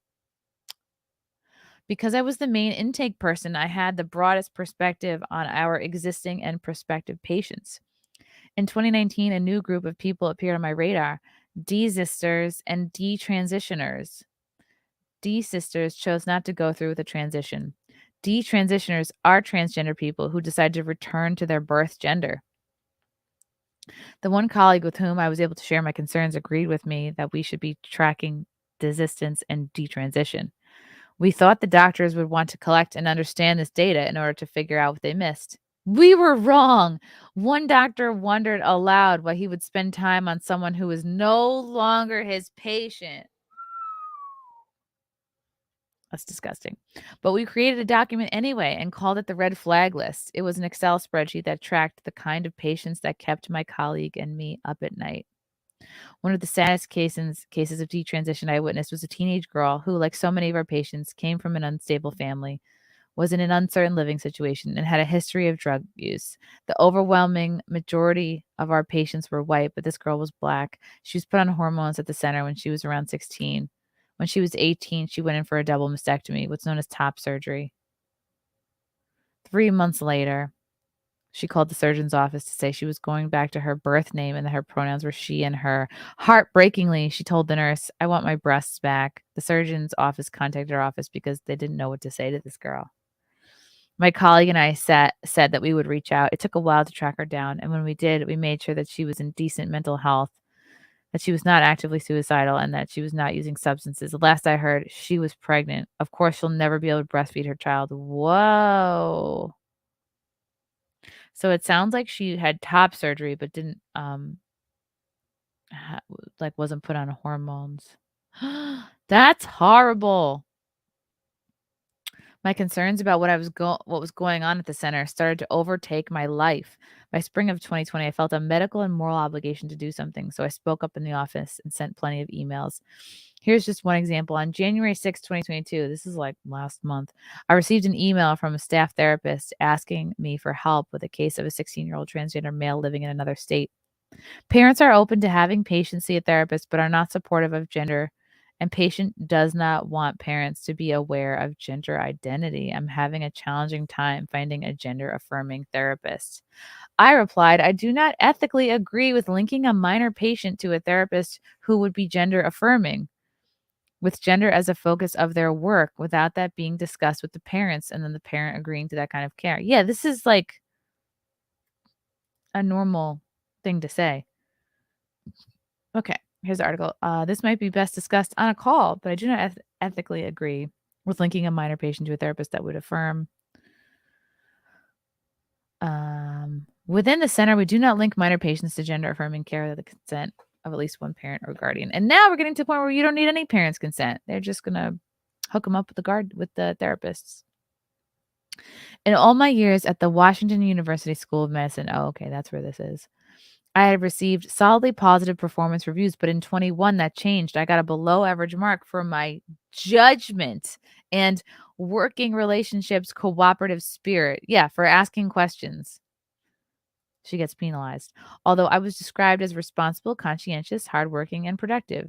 The evaluation also noted, at times, Jamie responds poorly to direction from management with defensiveness and hostility. Whoa. So they're threatening her job.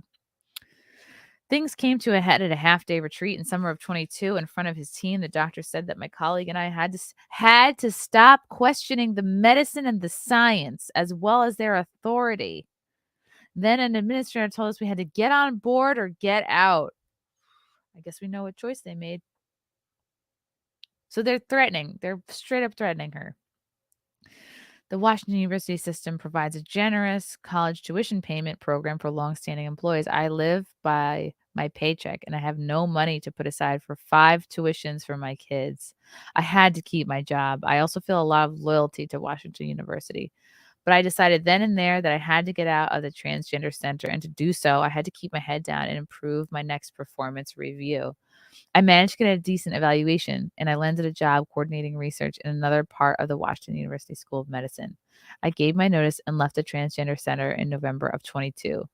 Wow. So just a few months ago. For a couple weeks, I tried to put everything behind me and settled into my new job. Then I came across comments from Dr. Rachel Levine, a transgender woman who is a high official in the Federal Department of Health and Human Services. The article read, Levine, the U.S. Assistant Secretary for Health, said that clinics are proceeding carefully and that no American children are receiving drugs or hormones for gender dysphoria who shouldn't. Ha! Ha ha!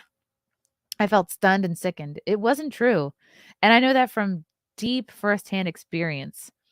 So I started writing down everything I could about my experience at Transgender Center. 2 weeks ago, I brought my concerns and documents to the attention of Missouri's Attorney General. He is a Republican. I'm a progressive, but the safety of the children should not be a matter for our culture wars.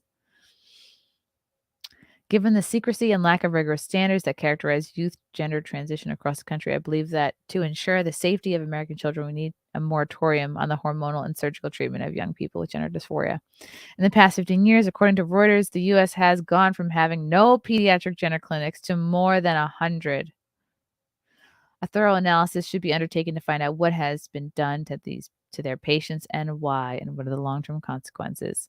There is a clear path for us to follow. Just last year, England shut down the Tavistock Center, the only youth gender clinic in the country, after an investigation revealed shoddy practices and poor patient treatment. Sweden and Finland, too, have investigated pediatric transition and greatly curbed the practice, finding there is insufficient evidence of help and great danger of great harm. Some critics describe the treatment offered at places like the Transgender Center where I worked as kind of a national experiment. Yikes. But that's wrong. Experiments are supposed to be carefully designed. Hypotheses are supposed to be tested ethically. The doctors I worked alongside at the Transgender Center said frequently about the treatment of our patients, we are building the plane while we are flying it. Isn't this what they said about COVID too? Damn. They don't know what the fuck they're doing, but they are making a ton of money. No child should be a passenger on that kind of aircraft. Wow. What an incredibly brave woman to come out and speak about this. Jamie Reed, props to you. I hope you don't get well, you're probably going to get shit for this, but respect to you, girl. Wow. That was a long article. And if you're still here, congrats. You're a good person who cares about the children. Or you're just a PR bot for Eliza Bleu. Either way, I'm glad you're here. Okay, let's squirrel for super chats. Wow. Everything that was said in that article is reinforced by Abigail Schreier's book. Ministry of Wrong Thing. Sorry I'm late, but it's better than coming early. I just wanted to comment on how funny it is that Tim said the PR firm is making Eliza look good, while simultaneously Eliza says we're working to make her look bad. Yeah, Eliza does not understand the point that Tim was making. She might really be that dumb. West Britannicus, happy Thursday, Chrissy. I'm glad you're running into the afternoon today. Should we rename your show as Mayor in the Mid? Oh my God. No, I get called a mid quite enough on the internet. What's up, Elsa? Thanks for the super chat. One day, this will all be looked back on as a great travesty of our time. Like when we look back on when they would lobotomize women for acting irrational. For real. For real. Like, dude, we had it figured out in the 90s. Like, I was such a tomboy. I was the biggest tomboy. I don't think I really got boobs till college. I loved sports. We'll just diving. Not all. We'll diving and gymnastics. But it's your kid. So you're supposed to be kind of in between, like not focusing on that kind of stuff. Just let yourself be. And then you grow up into a woman. Like, why do we have to like have kids decide whether they want to be men or women when they're kids? They are not equipped to make that decision. It's messy. What's up, Bayushin Ryu Cat? Afternoon, Chrissy. So I saw Geeks and Gamers show me a trailer for Disney's The Proud Family. Yuck. Thoughts? Oh, I think I know what this is about. It's like super woke, right? It's like a cartoon. It's like a very woke cartoon aimed at kids. Chipicus. Thanks for the super chat. Parental abuse via Munchausen syndrome. So sad. Mm-hmm. Yeah. It seems like some of these parents are pursuing it to, I don't know, feel like they're special or important. And these doctors and therapists are pursuing it because that's how they make money. So we as a society have to get to a point where, honestly, let's bring back shame. We need to shame these doctors and parents into feeling embarrassed that they could do this to their kids.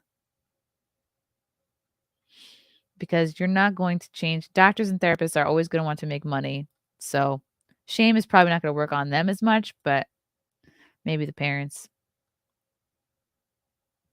Pretty fucked up, though. Bringing back shame. Okay.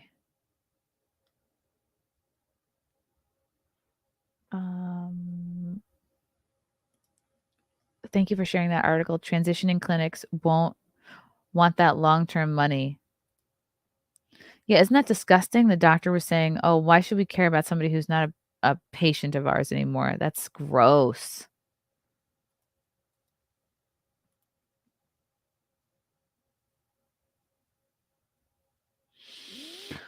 Whoo, boy. It's child sacrifice for likes and retweets. Oof. Kind of. Yeah, that's bad. I remember being 14 years old and like looking in the mirror and being like, "When are my boobs gonna come?" And I would like squish together like what was not there, which was nothing. I would just be like, "Please, one day." And you know what? I hung in there, and guess what? My boobs came through, and now they have their own Twitter account. Thanks for tuning into Mayor in the Morning. What's coming up? Tomorrow, I'm going to do another Mayor in the Morning, and then we got Friday Night Tights. So excited to get back to Friday Night Tights. I have been out for a couple of weeks doing gigs on the road, and then I'll be in California at the end of the month. Maybe a little LA, a little Pasadena, a little San Diego. So I'm excited for that.